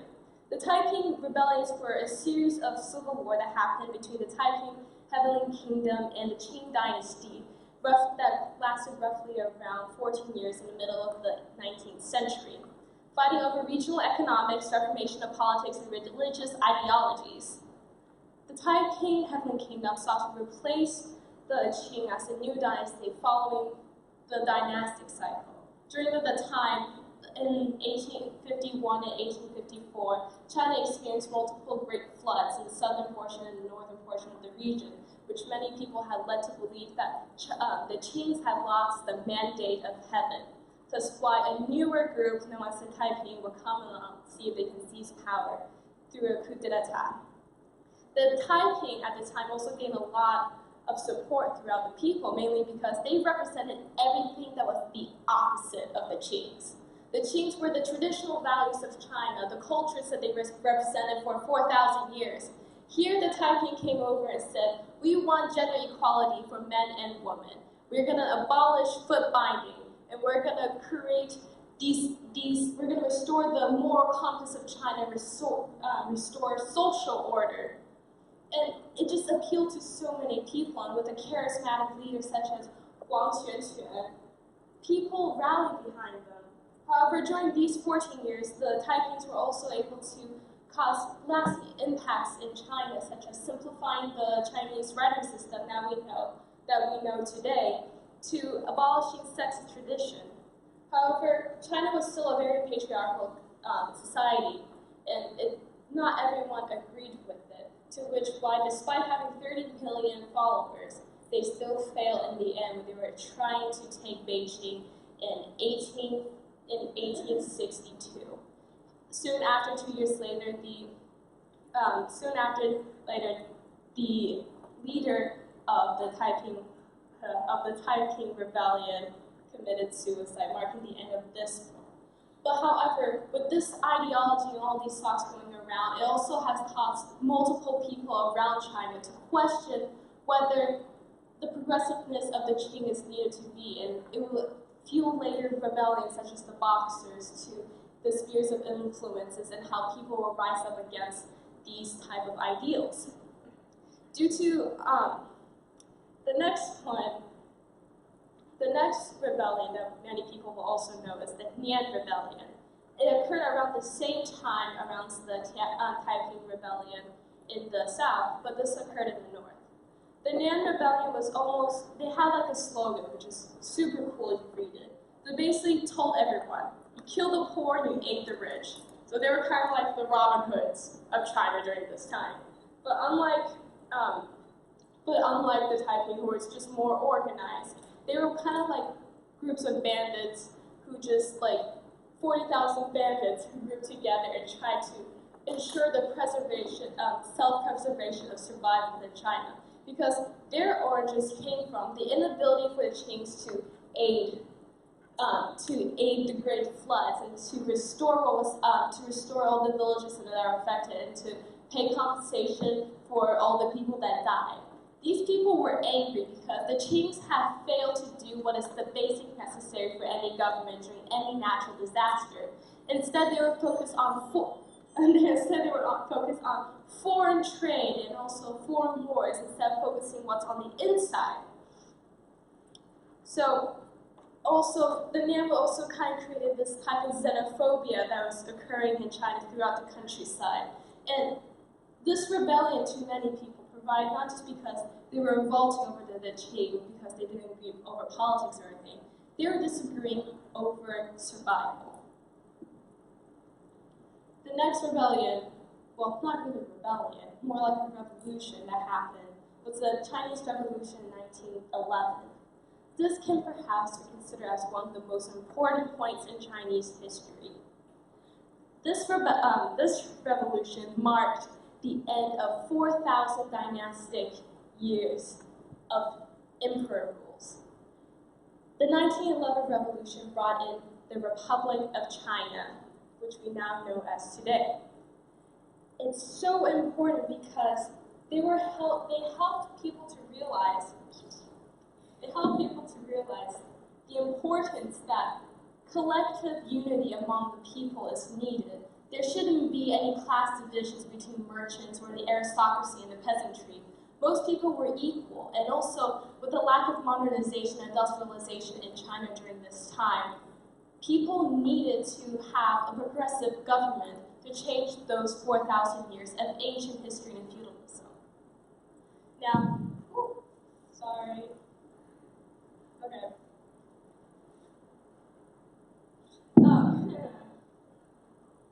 Now, the political state of China at the time were also spent very differently.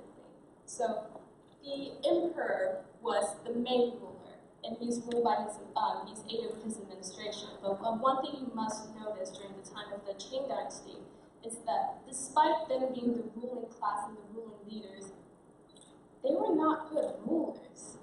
There was nepotism in the administration. There was corruption in local to the federal level of governments. It was just political chaos, regardless of where you were.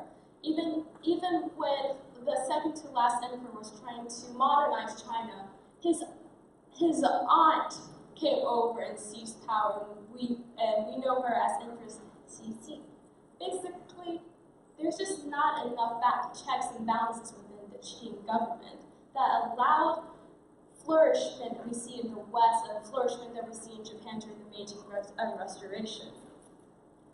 So, this basically turns to another portion of my presentation. Before I continue with this, I need to ask you something. The dynastic cycle played a crucial part in Chinese history, and what we view as the fall of the Qing Dynasty was seen as just another part of the cycle in the views of the Chinese during the time. But however, one thing that they haven't interacted with was with foreign intervention. At the time, really up until the Qing Dynasty, the majority of the emperors took an isolationist standpoint, so there wasn't a lot of interactions, except like Marco Polo and the Silk Road trades that you hear from the West. But there's not a lot of interactions between these two nations and these two powers. So it just makes you wonder, the Did Qing's fall because of the dynastic cycle, or did foreign intervention completely stop 4,000 years of Chinese history? And when we're looking at the economic side of Western influence, we're mainly looking at the sphere of influences that we see up here. So basically, in the late 19th century, China was split into many different spheres of influences by Japan, Russia, Britain, Germany, then the French, and also the Americans later on. So they had these countries basically controlled and influenced what China invested in and what they governed, and which is also kind of the cause of the Second and First Opium Wars, one of the contributing factors that led to the end of Manchu rule in China during the 1800s. And also basically, China was taking advantage during this time, as you can tell, with the opioid effects had on the Chinese population. It also had created agitation between people and also kind of choosing sides between, like, do you sell opioids or do you, like, stand with the Emperor and Commissioner Lin to stop this pandemic from happening? So it just created, the West created a lot of conflicts within China, similar to with the open door policies and the Boxer Rebellion that we're going to talk about more, because by forcing and restricting power within the country, you're basically losing the autonomy and the legitimacy of that empire. You're taking away what they are known to be Chinese, or you're taking away what they are necessarily. So when the West came in, they took away what it was meant to be Chinese almost. So as you can see with the Boxer Rebellion, and also specifically with the open door policy, the political open door policy that America implemented in 1899, it broke China, not from economic deficits, but also from identity. This influence not only stopped Chinese people from believing in their emperor, who is the gift from God and who holds the mandate of heaven. They made Western influences stop from believing in themselves, of who they were to be Chinese. So, after 4,000 years of history, it is not with the dynastic cycle that ended China, the Chinese dynasties and the Chinese empire. It is Western influences. We see in the Hans, we see in the Songs, there were always internal conflicts that was happening. But with an outside force telling you what to do, taking away your power, stripping you of what you are, killing your citizens only for what? Money? That takes away what is meant to be what is meant to be a Manchu, what is meant to be a Han, and what is meant to be the 56 other tribes of China. It stops you from a long line of history. Thank you.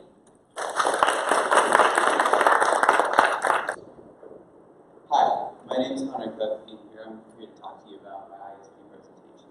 And for that, what I decided to do was take a deep dive and look onto the different eras of television and make the case on why now the second golden age of television, this era, is one of the best eras of television. So for that, a little bit of background on my research. So right now I'm covering about 70 years of television. And with that 70 years, it might have been humanly impossible for me to watch every single TV show in the last 7 years. So with that, how I conducted my research was I kind of found shows that were kind of era-defining, shows that really stood out in their era, watched some of the most well-recognized, best episodes of that, and kind of get a feel for the show. After that, I did research. With that, I kind of took a deep delve into kind of common themes and ideal in the television shows of this era, these eras. And with that, all this research kind of compared between my opinions for these episodes and kind of the research states with all these themes and ideals, kind of make a solid basis for these television's representation of these eras. So to begin, a little timeline of what I'm going to cover. So I'm going to cover 6 different eras of television, starting with the first golden age, which lasted from 1948 to 1959.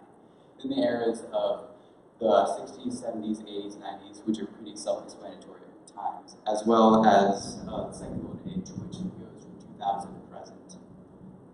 So to begin, the first golden age of television, which year 1948, this new big thing was hitting America, which was known as the television, which was, even though costly, we had around $400, which would, in today's dollars and inflation, average about $4,219, was, as quote, catching on like a case of high tone syrup. But even though it was, radio was still the #1 program going on. Except CB back then was not as big of an impact as it is nowadays. So during this age, programmers were still trying to find out what programs they could use to fill the time. So one of these programs was variety TV. So after kind of periods of experimentation, programmers finally settled on this kind of known as a vaudeville type program. Now you may be asking, what's a vaudeville? So a vaudeville is basically a type of entertainment that features some sort of like specialty act, like you do comedy, song, dance, all that stuff. And with this leads to programs kind of using this format like the Texaco Stars Theater program, as well as the Ed Sullivan Show, both resulting in stars like Jackie Gleason, Dan Shore, Perry Como, and George Gable to kind of really take off in this era. As well as variety TV, the sitcom became one of the really just popular ways to fill out time with. Even though this sitcom or situational comedy, its whole premise was that it was this wacky scenario that came on and was performed from the live stream audience. Now, even though it had its start on radio and couldn't quite find success later for TV, shows like I Love Lucy, Honeymooner, and Amazon really showed this kind of family aspect towards it all, and which really broke in popularity towards the 50s. And the third kind of show for this golden age was kind of a new developing genres type thing, where, as it was, television was still not the norm. Thus, new genres and developments were going on. New televisions and genres were going on, where they were able to kind of have a creative type freedom to introduce these new styles that were never even come up before. The Western is a big example of a genre that was sort of created for this era, with shows like Lone Ranger and Hopalong Cassidy being prime examples of the Western era, as well as this new format called a game show was kind of being introduced for television in the 50s with a show called Perhaps Marx's New Baker Life. This game show also. So that leads us to 1959, kind of this year of transition for the first golden age. And with this, network, in this year would also kind of be known as the downfall of the golden age. And that's for many factors. The first being network executives were going around this new philosophy of least objectable programming, in which this network executives just assumed that in a media environment of only 3 networks, people would not really watch what was necessary, but what was most unobjectable. With this revelation philosophy networks executives were now using, there was real declining quality for the television shows, which later resulted in kind of the dwindling of the first golden age, as well as 2 other things. The first thing, but kind of the 2 big factors that led to the end, was first the quiz show scandal. Back then, as game shows were becoming more popular, kind of allegations started to come out that they were being fixed. And these allegations ended up being true, saying that, resulting in finding out that game show studios with the execs behind them, they would end up force-feeding the contestants the right answers to kind of create this false tension going on for the audience. After this, viewers were kind of pissed because with this, what they thought was true competition, they thought was real spirit, real competition, they kind of found out to be kind of, they kind of lost faith in it. That's what they thought was real, just to be this one big lie. A second big reason was because of the show called The Untouchables. The Untouchables was a show back then about organized crime in a pre-prohibition era Chicago, which, oh my God, the censors just had a field day with. It was kind of one of the big shows to really get on the radar of censors, as it really frequently fired, featured machine gun fire and raids going on without really their people's rights in it. and just made a huge impact to the point where censors kind of took over, ended the golden era, and introduced us to the 60s. So with this, the 60s and the big untouchables kind of taking over the censors, kind of led to the Federal Communications Commission. Even though they've been around since the 30s, that show, the Untouchables, really got its attention towards television. And with this, the FCC, or the regulatory agency, basically elected a new head known as Newton Minnow. With this, Newton Minnow kind of viewed TV as this vast wasteland of just vast wasteland of just violence, like just shoot the bad guys, these type of stuff. And when it made strides to change it, he was now forcing stations to act within the best public interests, in the best public inconvenience and necessity, and had the power to not renew certain stations if they did not meet this standard of acting in the public's interest.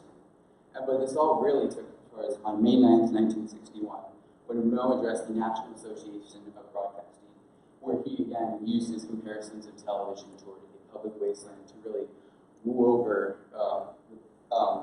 this association, to where even it's against the First Amendment right, had the ability to now let the FCC regulate television content.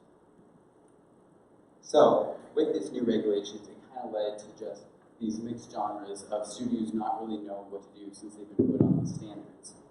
Which led to genres like the raw humor, which at the time was when television was now considered this new mass medium for all, with raw humor being focused on rural situational comedies, each which had its foundation towards like an American tradition of hazy humor and stuff. This led to shows like The Real McCoys, Beverly Hillbillies, Green Acres, and the Andy Griffith Show, which that show in particular led to this rural humor being one of the dominant genres of the 60s. It's also led to a time of escapism where TV programmers were just coming up with the bizarre. It's like, okay, you want us to meet these standards, okay, this is what we're going to do, this is how we're just going to go in any direction we can with this, but still meeting the regulations, which came up with shows like I Dream of Jeannie, which was a comedy about a relationship between an astronaut and a 4,000-year-old genie, as well as shows like Hogan's Hero, which is a situational comedy set in a World War II Nazi prison camp, as well as shows like The Twilight Zone, which was more about bizarre sci-fi events that go on an episode-to-episode basis, with most would have a bizarre twist towards the end. And especially led to networks like NBC, CBS, and ABC making huge strides by making these new, like, made-for-TV movies when they realized that, hey, all the people in the cinema, you need the cinema experience, but now at home. But with this, again, now was really a need for advertisers and these commercial mandates that are being set up that basically if you want your show to be advertised as something, the advertisers really had more control than the showrunners themselves. And it's that really led to, and that was basically, which leads us to the 70s, which was kind of like a new landscape for television because even though rural families, the rural economy type stuff was kind of big in the 60s, they basically got the axe in the 70s where shows like Green Acres and Beverly Hillbillies were then basically canceled at the start of the 70s, which makes way for the new. But between late 60s and early 70s, there was kind of like an awkward transition as the canceling one of their most popular kind of took 4 or 5 years to kind of like really set up what the style was going to be for television, which leads us to the style of real-world dysfunction, which featured shows like All in the Family, which was an example of this new wave style called relevance TV, where in this they took the show All in the Family, they were huge for taking basically real subject issues. They took notice of real issues that was going on in 1970s America, but shot in a way unlike any other. Like profanity was becoming broad use of that, just freedom of speech, all that stuff, which made it a really fun target for censorship in the FCC. Really viewed this as one of the most controversial shows of the 70s, as well as the Mary Tyler Moore Show, which even though this All the Families were popular for controversy, Mary Tyler Moore Show was about the same way, but for different reasons, as even though it had acquired a debut, they kept on focusing they kept on focusing on the basically women's movement of the 1970s and topics towards that, which really was just uncomfortable with like the average viewer of the 70s and really again got the attention of censors. But one of the most famous examples is the TV show MASH that came out in this era. Because it was a comedy set in the American military, about American military doctors during the Korean War. But really towards those early seasons, we're aiming towards those who were ambient about the Vietnam War, which was going on at the time of this show. As well as, so basically through this show, they could view the nature of 1970s war just through kind of a 1950s perspective. Another big breakthrough in the 70s, sports. So, even though yes, sports have been an integral part of TV since the beginning of broadcasting, new technologies like close-up and replay mode really gave sports their home for television.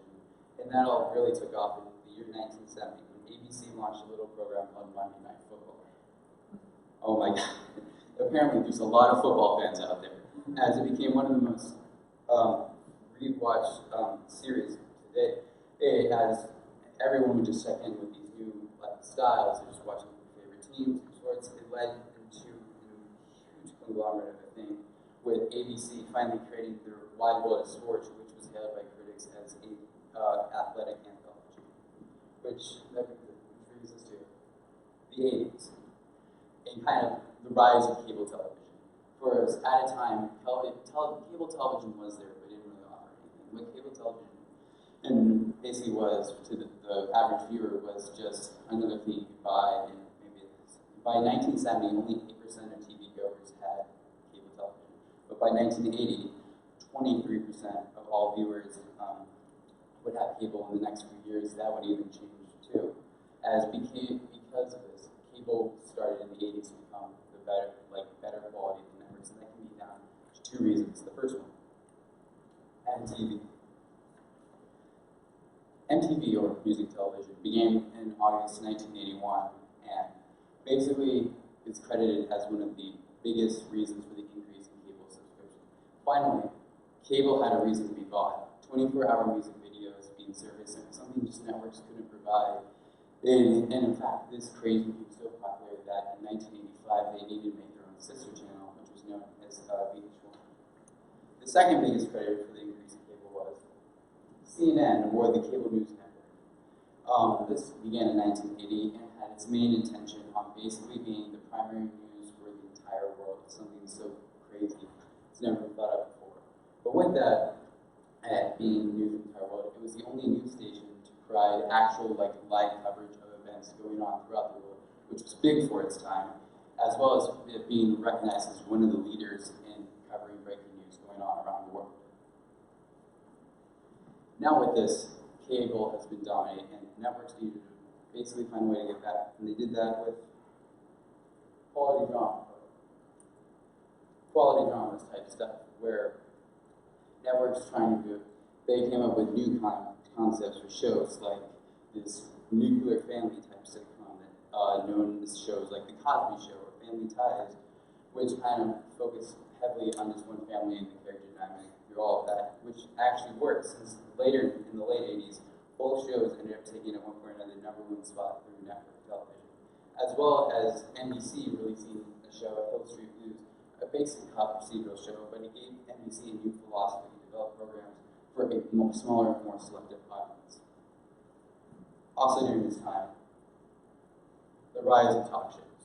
So with this, in the 80s, networks were starting to basically kind of push their programs into late into the night, where yes, the talk show has been around, or the Tonight Show more specifically has been around since 1954, but most can agree that it really took off during Johnny Carson's run as he was crowned king of comedy.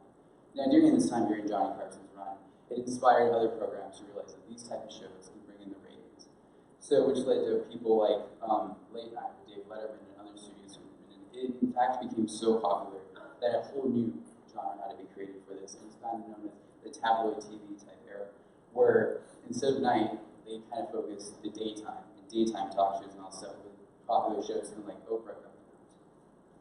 So, that brings us to the 90s, where the 90s, it's kind of hard to categorize, because with this new emergence of network trying to categorize, there's been more styles of television than ever before. But one of those prominently dominating styles was urban humor, where it kind of explored this everyday life humor of 30-somethings to 20-somethings just living day-to-day lives. This became so popular that the two shows that followed this most prominently was Seinfeld and Friends, which were both the #1 shows throughout the 90s. But one of the most controversial of these shows of urban humor style was the show Ellen, and which was not a big fan of the censors, since it had one of the first openly gay characters in television broadcasting history, which again did not meet those network standards of the standards. But the viewer did not know how to handle this, so it became very controversial toward the later seasons. And another big thing that came out during this decade was adult cartoons. Yes, cartoons have been around since the Flintstones, since 1965, when they really hit their stride. But for adults, that all changed when in 1989, The Simpsons first aired their first episode, and that also took the 80s by storm, especially for Fox, becoming one of Fox's biggest and running series of all times. In fact, they just renewed their 30th season this year, which just says something about the success of The Simpsons. With The Simpsons, it really set a new standard for television comedy. You couldn't just do this family sitcom, even though The Simpsons was. They decided to bring social issues, just satire, all that stuff into a comedy, which was really made for adults. Even by the end of the 1990s, it was hailed by critics as one of the best TV comedies in years. With the success of The Simpsons, it also led to other adult cartoons being created in the 90s, like South Park or Beavis and Butthead, which, even though these cartoons didn't really have focus on being the best comedy of the years, they had a hard focus on basically changing the traditional norms of a cartoon, proving, yes, cartoons are definitely for adults. And finally, one of the biggest trends during the 90s as well was the teen drama. As networks' new focus, they realized that there was a lot of money in the teen demographic. This was kind of known as the teen exploitation era of television, where it included programs like 21 Jump Street, Beverly Hills 90210, Buffy the Vampire Slayer, Dawson's Creek, Felicity, all shows kind of just focus on these teen demographics, since they realized teens could get the viewership. And towards the end of the 90s especially, there kind of was a new age being developed, the beginning of a new age. We now had programs like HBO, which was just a movie channel, starting to make like their own like new series coming out, shows like channels like MTV, drifting away from music and creating their own shows, as well as channels like Court TV, which was originally just for venuing trials live and all that stuff, started to now do like re-upload crime-oriented TV series as well as crime movies. So what this all meant was there was kind of a downfall of regulations, as now this network ad campaign was kind of starting to reach its end. This new cable era of just, like, even you pay a little, it allows these programs to do their own thing, and very soon it was definitely the end for cable channels to be only based on one notion of providing a single type of program. Which brings us to the second golden age of television, which is 2000s to now. With this 21st century television, and what really was the new dominating thing was, for at least drama-wise, was this new hour-long serialized drama. Ever since the creation of Boss, which was around 2004 2005, every drama had to be 45 minutes plus commercial and contain an overlapping story to make viewers hooked on this. This is really when hour-long dramas hit the program, as well as shows like The Office and Scrubs, now kind of inventing this new style of comedy. Like before, as it focused on just really comedies were sitcoms that focused on family and the lives of family. Now can focus on other aspects of someone's life, per se, the workplace. As well as in the early 2000s, it was really a re-emergence of the game show. Yes, late 50s, the quiz show Scandal really affected that, but still had steady viewership through the 60s and 70s, but really saw a decline in the 80s and 90s. That all changed in the year 2000 when they brought the show Who Wants to Be a Millionaire, hosted by Regis Philbin, which caused this new wave of television, of interest towards game shows, and just and just went out of control. But also another dominant thing during our second age was reality TV. Apparently, American viewers just became obsessed with other people's lives. Whether that was, yeah, they did, which was obsessed with competitions, shows like Amazing Race, The Survivor, Big Brother, being one of the key shows of the 2000s, and now they were obsessed with their dating life, as evident through shows like The Bachelor, The Bachelorette, and they were really interested in what people's dream jobs would be. Shows like The Apprentice, America's Top Model, Hell's Kitchen, Project Runway, and especially American Idol, always bringing in the ratings for this. Now, before I talk about the really good of the 21st, second golden age, I got to talk about the copy and paste of television. So, with these serialized hour-long dramas, people started to kind of run out of ideas. So with this, what I mean by is you have shows like medical dramas, where shows like ER and Grey's Anatomy really staple as some reliable formula that people can just copy and paste. Legal dramas, with shows like The Practice and Boston Legal, now putting lawyers in the foreground, but especially thanks to a show called CSI, the police procedural became very popular, and oh my god, people love the police procedural.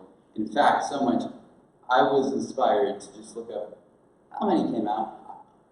By that, I mean, I made two very important restrictions. One, it had to be American made. Two, it had to come out in between the years 2000 and now. With those standards, I was still blown away. Because with that, from those two specifications, there was 126 police procedurals coming out in the last 19 years, with the biggest offenders being Criminal Minds coming up with the same show 3 different times. NCIS coming up with the same show 3 different times. The one that started it all, CSI, making 4 different versions of itself, but the biggest offender by far, coming in with 6 different versions of itself is Law and Order. That leads us to the main point of this all is, why do I think this is the best era? And that comes to one key factor, which is the fall of censorship. As kind of stated before in the 90s, cable channels were kind of bringing in and not relying on these advertising anymore, which really took the front stage in this generation as strip services like HBO, Netflix, Hulu were starting to make kind of services where you paid them directly, thus they didn't have to rely on advertiser standards or censorship standards, allowing artists to make their own creative freedom. And with this, there just became no more restrictions toward it. So, what's the whole point of me just yapping on about the last episode of television and what? Is to make the case that censorship, that's the whole point of this all. It's my belief that this is the best era and why others follow. Because in my mind, censorship leads to creative restrictions made on the show runners. Notice the common thing that I said in the last 7 years. Oh, this show was restricted by censors, regulations were set, standards were met, and shows were getting controversy because of these standards. But nowadays, there is no standards. And what I mean by that is people have creative freedom to do what they want. So, thank you. Any questions? So first of all, I'd like to say thank you for coming out and being here for my presentation. So for my independent study program, I decided to look into social media and digital age technology and how it affects specifically teenage girls. So why did I do this? The first reason was because I have always been interested in film, and at the end of my project, I did have all of my research culminate in a short film, so you get to see that at the end. And I also wasn't able to take Ms. Wiggins' film class this year, so this project is a really great way for me to kind of get my film fix.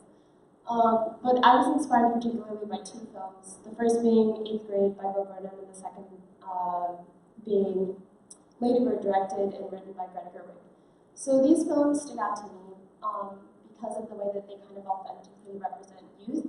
8th Grade, kind of particularly how Bo Burnham was able to show adolescents, now currently using technology in a way I thought was not as a parody, and it was very realistic. Lady Bird was specifically a coming-of-age story about a female, and I think that those stories are kind of lacking in the mainstream, so I was really happy that was there. And both films have like a very strong creative direction, which I also really appreciated, so those were kind of my 2 inspiration points. Oh, and also Greta Gerwig, the director of Lady Bird, has said that as much as Lady Bird was kind of a testament to, you know, the coming of age of girls, it was also kind of a love letter to our hometown of Sacramento. So with my short film, I really wanted to kind of pay homage to the beauty of Texas, because it's a place that I'm from. So the first part of my presentation is just going to be me showing you some of the responses that I got from the survey that I sent out. And why did I send out the survey? I sent out the survey because I had my own experiences that I was going to build upon when writing and filming my film. But I also wanted to kind of get my feelers out and get a sense for what everyone else in my community was going through, to see whether or not it was similar to what I was going through. And surprisingly, a lot of it was. So, can everyone read the questions on the board so I don't need to read them out? Great, so I'll just give you a couple seconds to read all of them for yourself.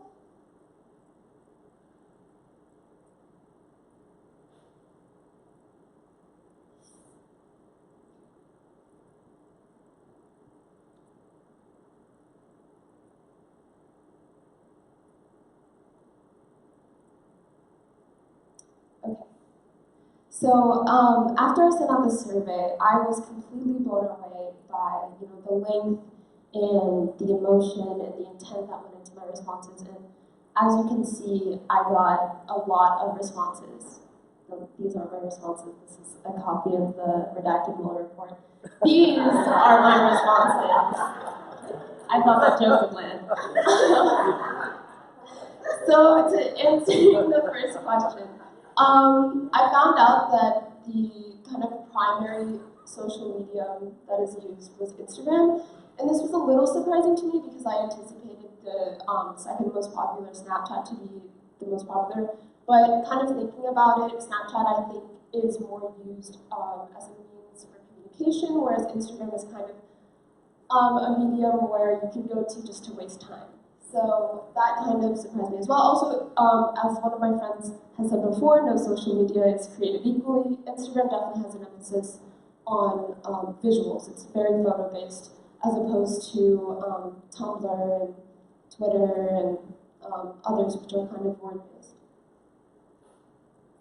So I asked this question kind of purposely as the second question to get people, you know, to respond. I felt that they would be more inclined to kind of report something that they had seen that they had not immediately participated in. So this was kind of my way of kind of getting the survey participant to be comfortable with their responses. And as you can see, some of the things up here are negative, which isn't very surprising, but then again, I'll just go on. So this one had to do particularly with the individual. So people reported things that they did. And something that I'd like to kind of come across is that bringing heart to someone on social media isn't just black and white. I guess there is bullying that happens, but a lot of times it could be something very passive, like posting a picture with one of your friends to like maybe get back at another friend who you're fighting with and you want them to be jealous or something. So they're very, you know, implicit and not very strong sometimes, but they're still kind of there. And then I also kind of switched gears and asked about the benefits of social media, which are very plentiful. You know, some people talked about obviously being connected, having all this information, being able to keep in contact with people you meet from across the country and the world.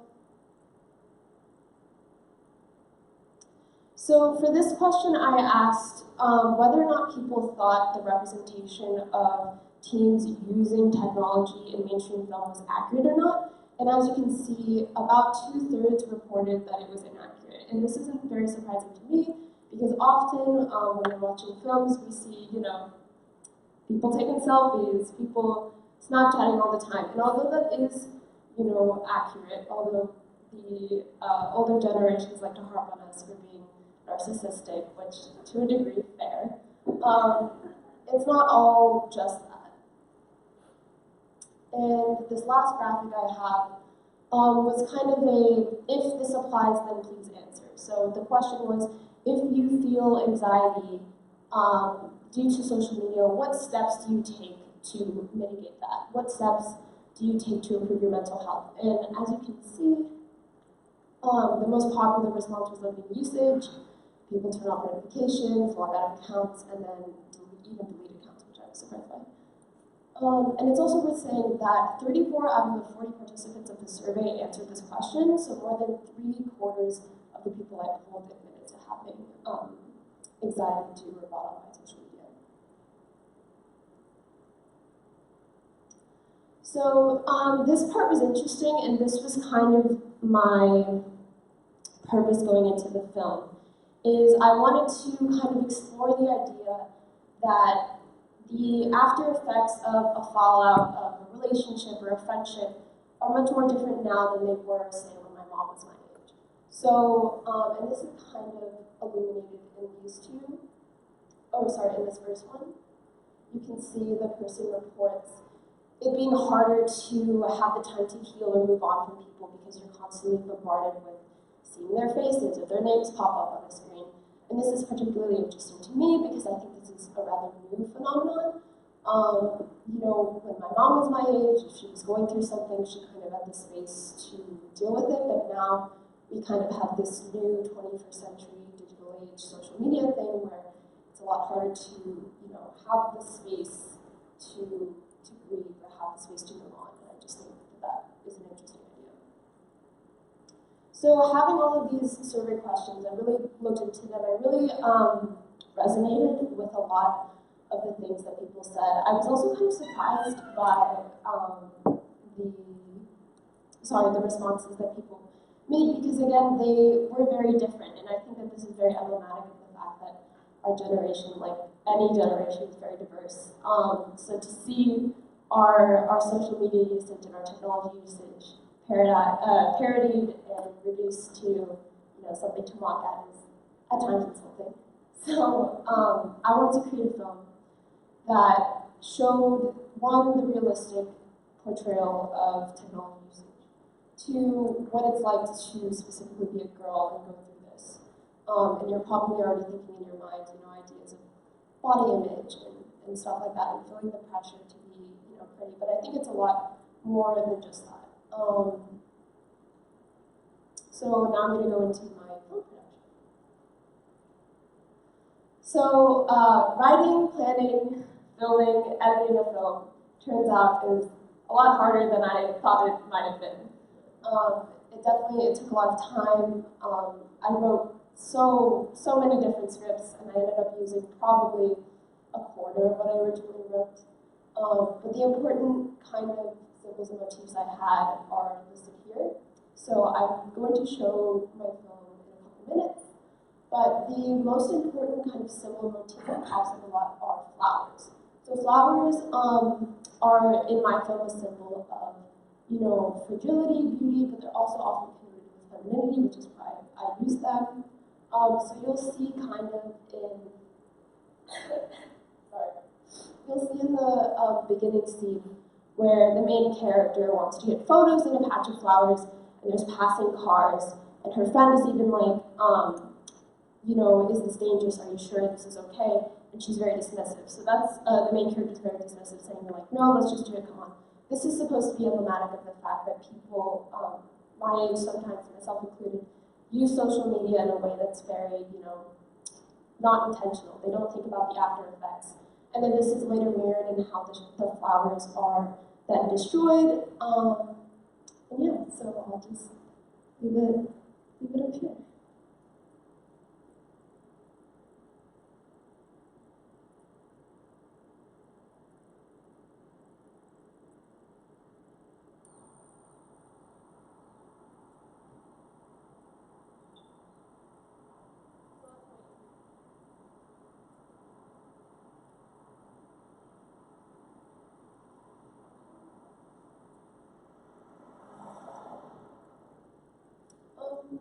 turn up the volume?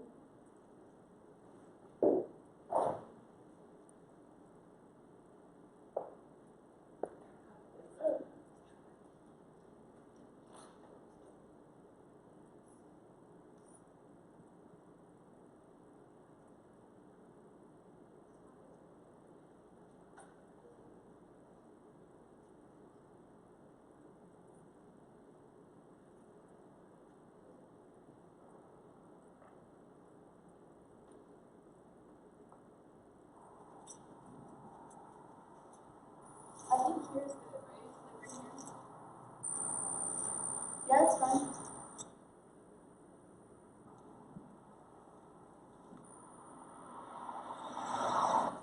Dude, are you sure this is safe?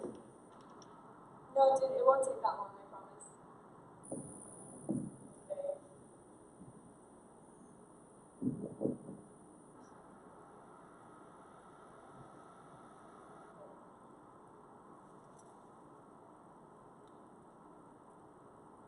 Does this look okay?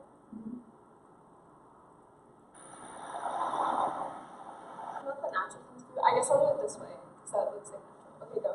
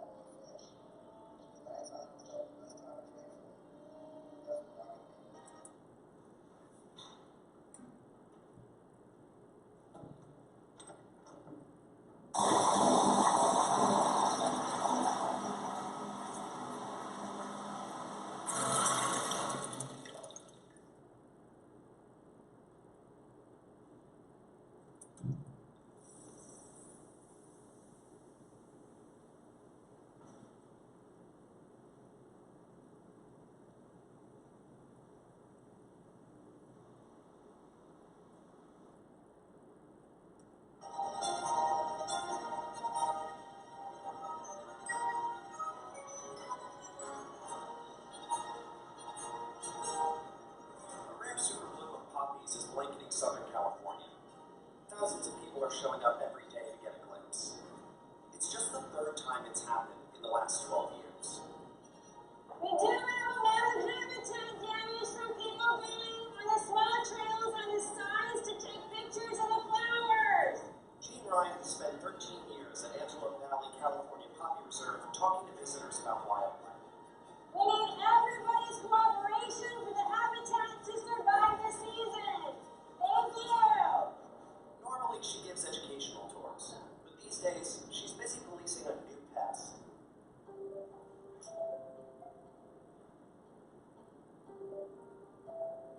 While taking a picture seems innocent, California poppies are fragile and can be destroyed easily. This park was created specifically because of the poppies that are here, and if they get stepped on or sat on to take a picture in it, that kills the one purpose of this park. So this is what happens when people go off trail. It starts off as a small trail, and then other people think that since somebody else already stepped there, it's okay for them to walk out there.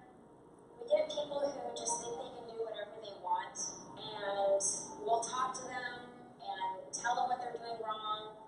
They don't care if they're damaging the habitat, they just want their picture. If people post a picture on Instagram or Facebook and they tag us and it has them sitting in the flowers, we'll write a note on it. Park officials created the hashtag Don't Doom the Bloom to educate influencers, but it's not stopping anyone. Nearly 150,000 posts are tagged Superbloom.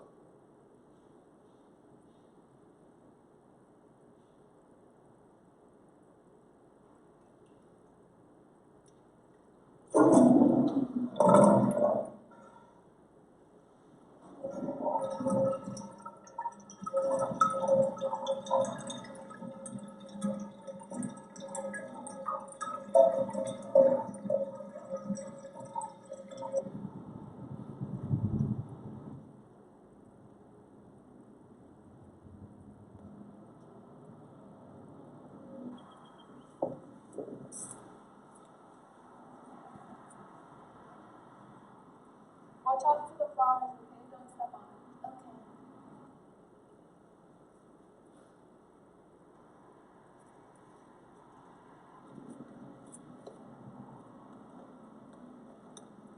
Okay.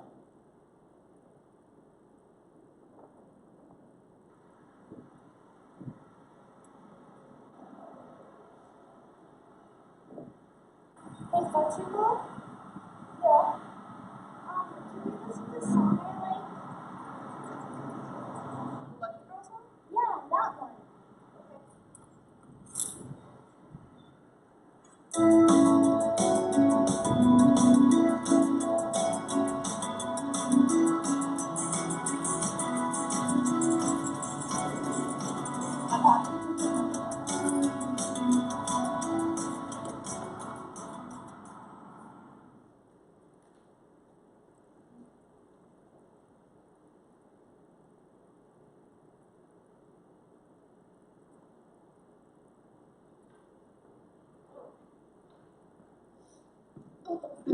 Excuse me, sorry. Yeah, so as you can see in my film, I showed sorry, I'm super pressed for time. I showed the usage of technology in the beginning when the friend is taking photos. I also used the usage of propping a laptop on a toilet seat cover to make like a makeshift TV screen for when you're taking a bath, which, according to my friends, is not just something I do. And then the last one is obviously the use of playing a streamable song from the internet. So, yeah, thank you.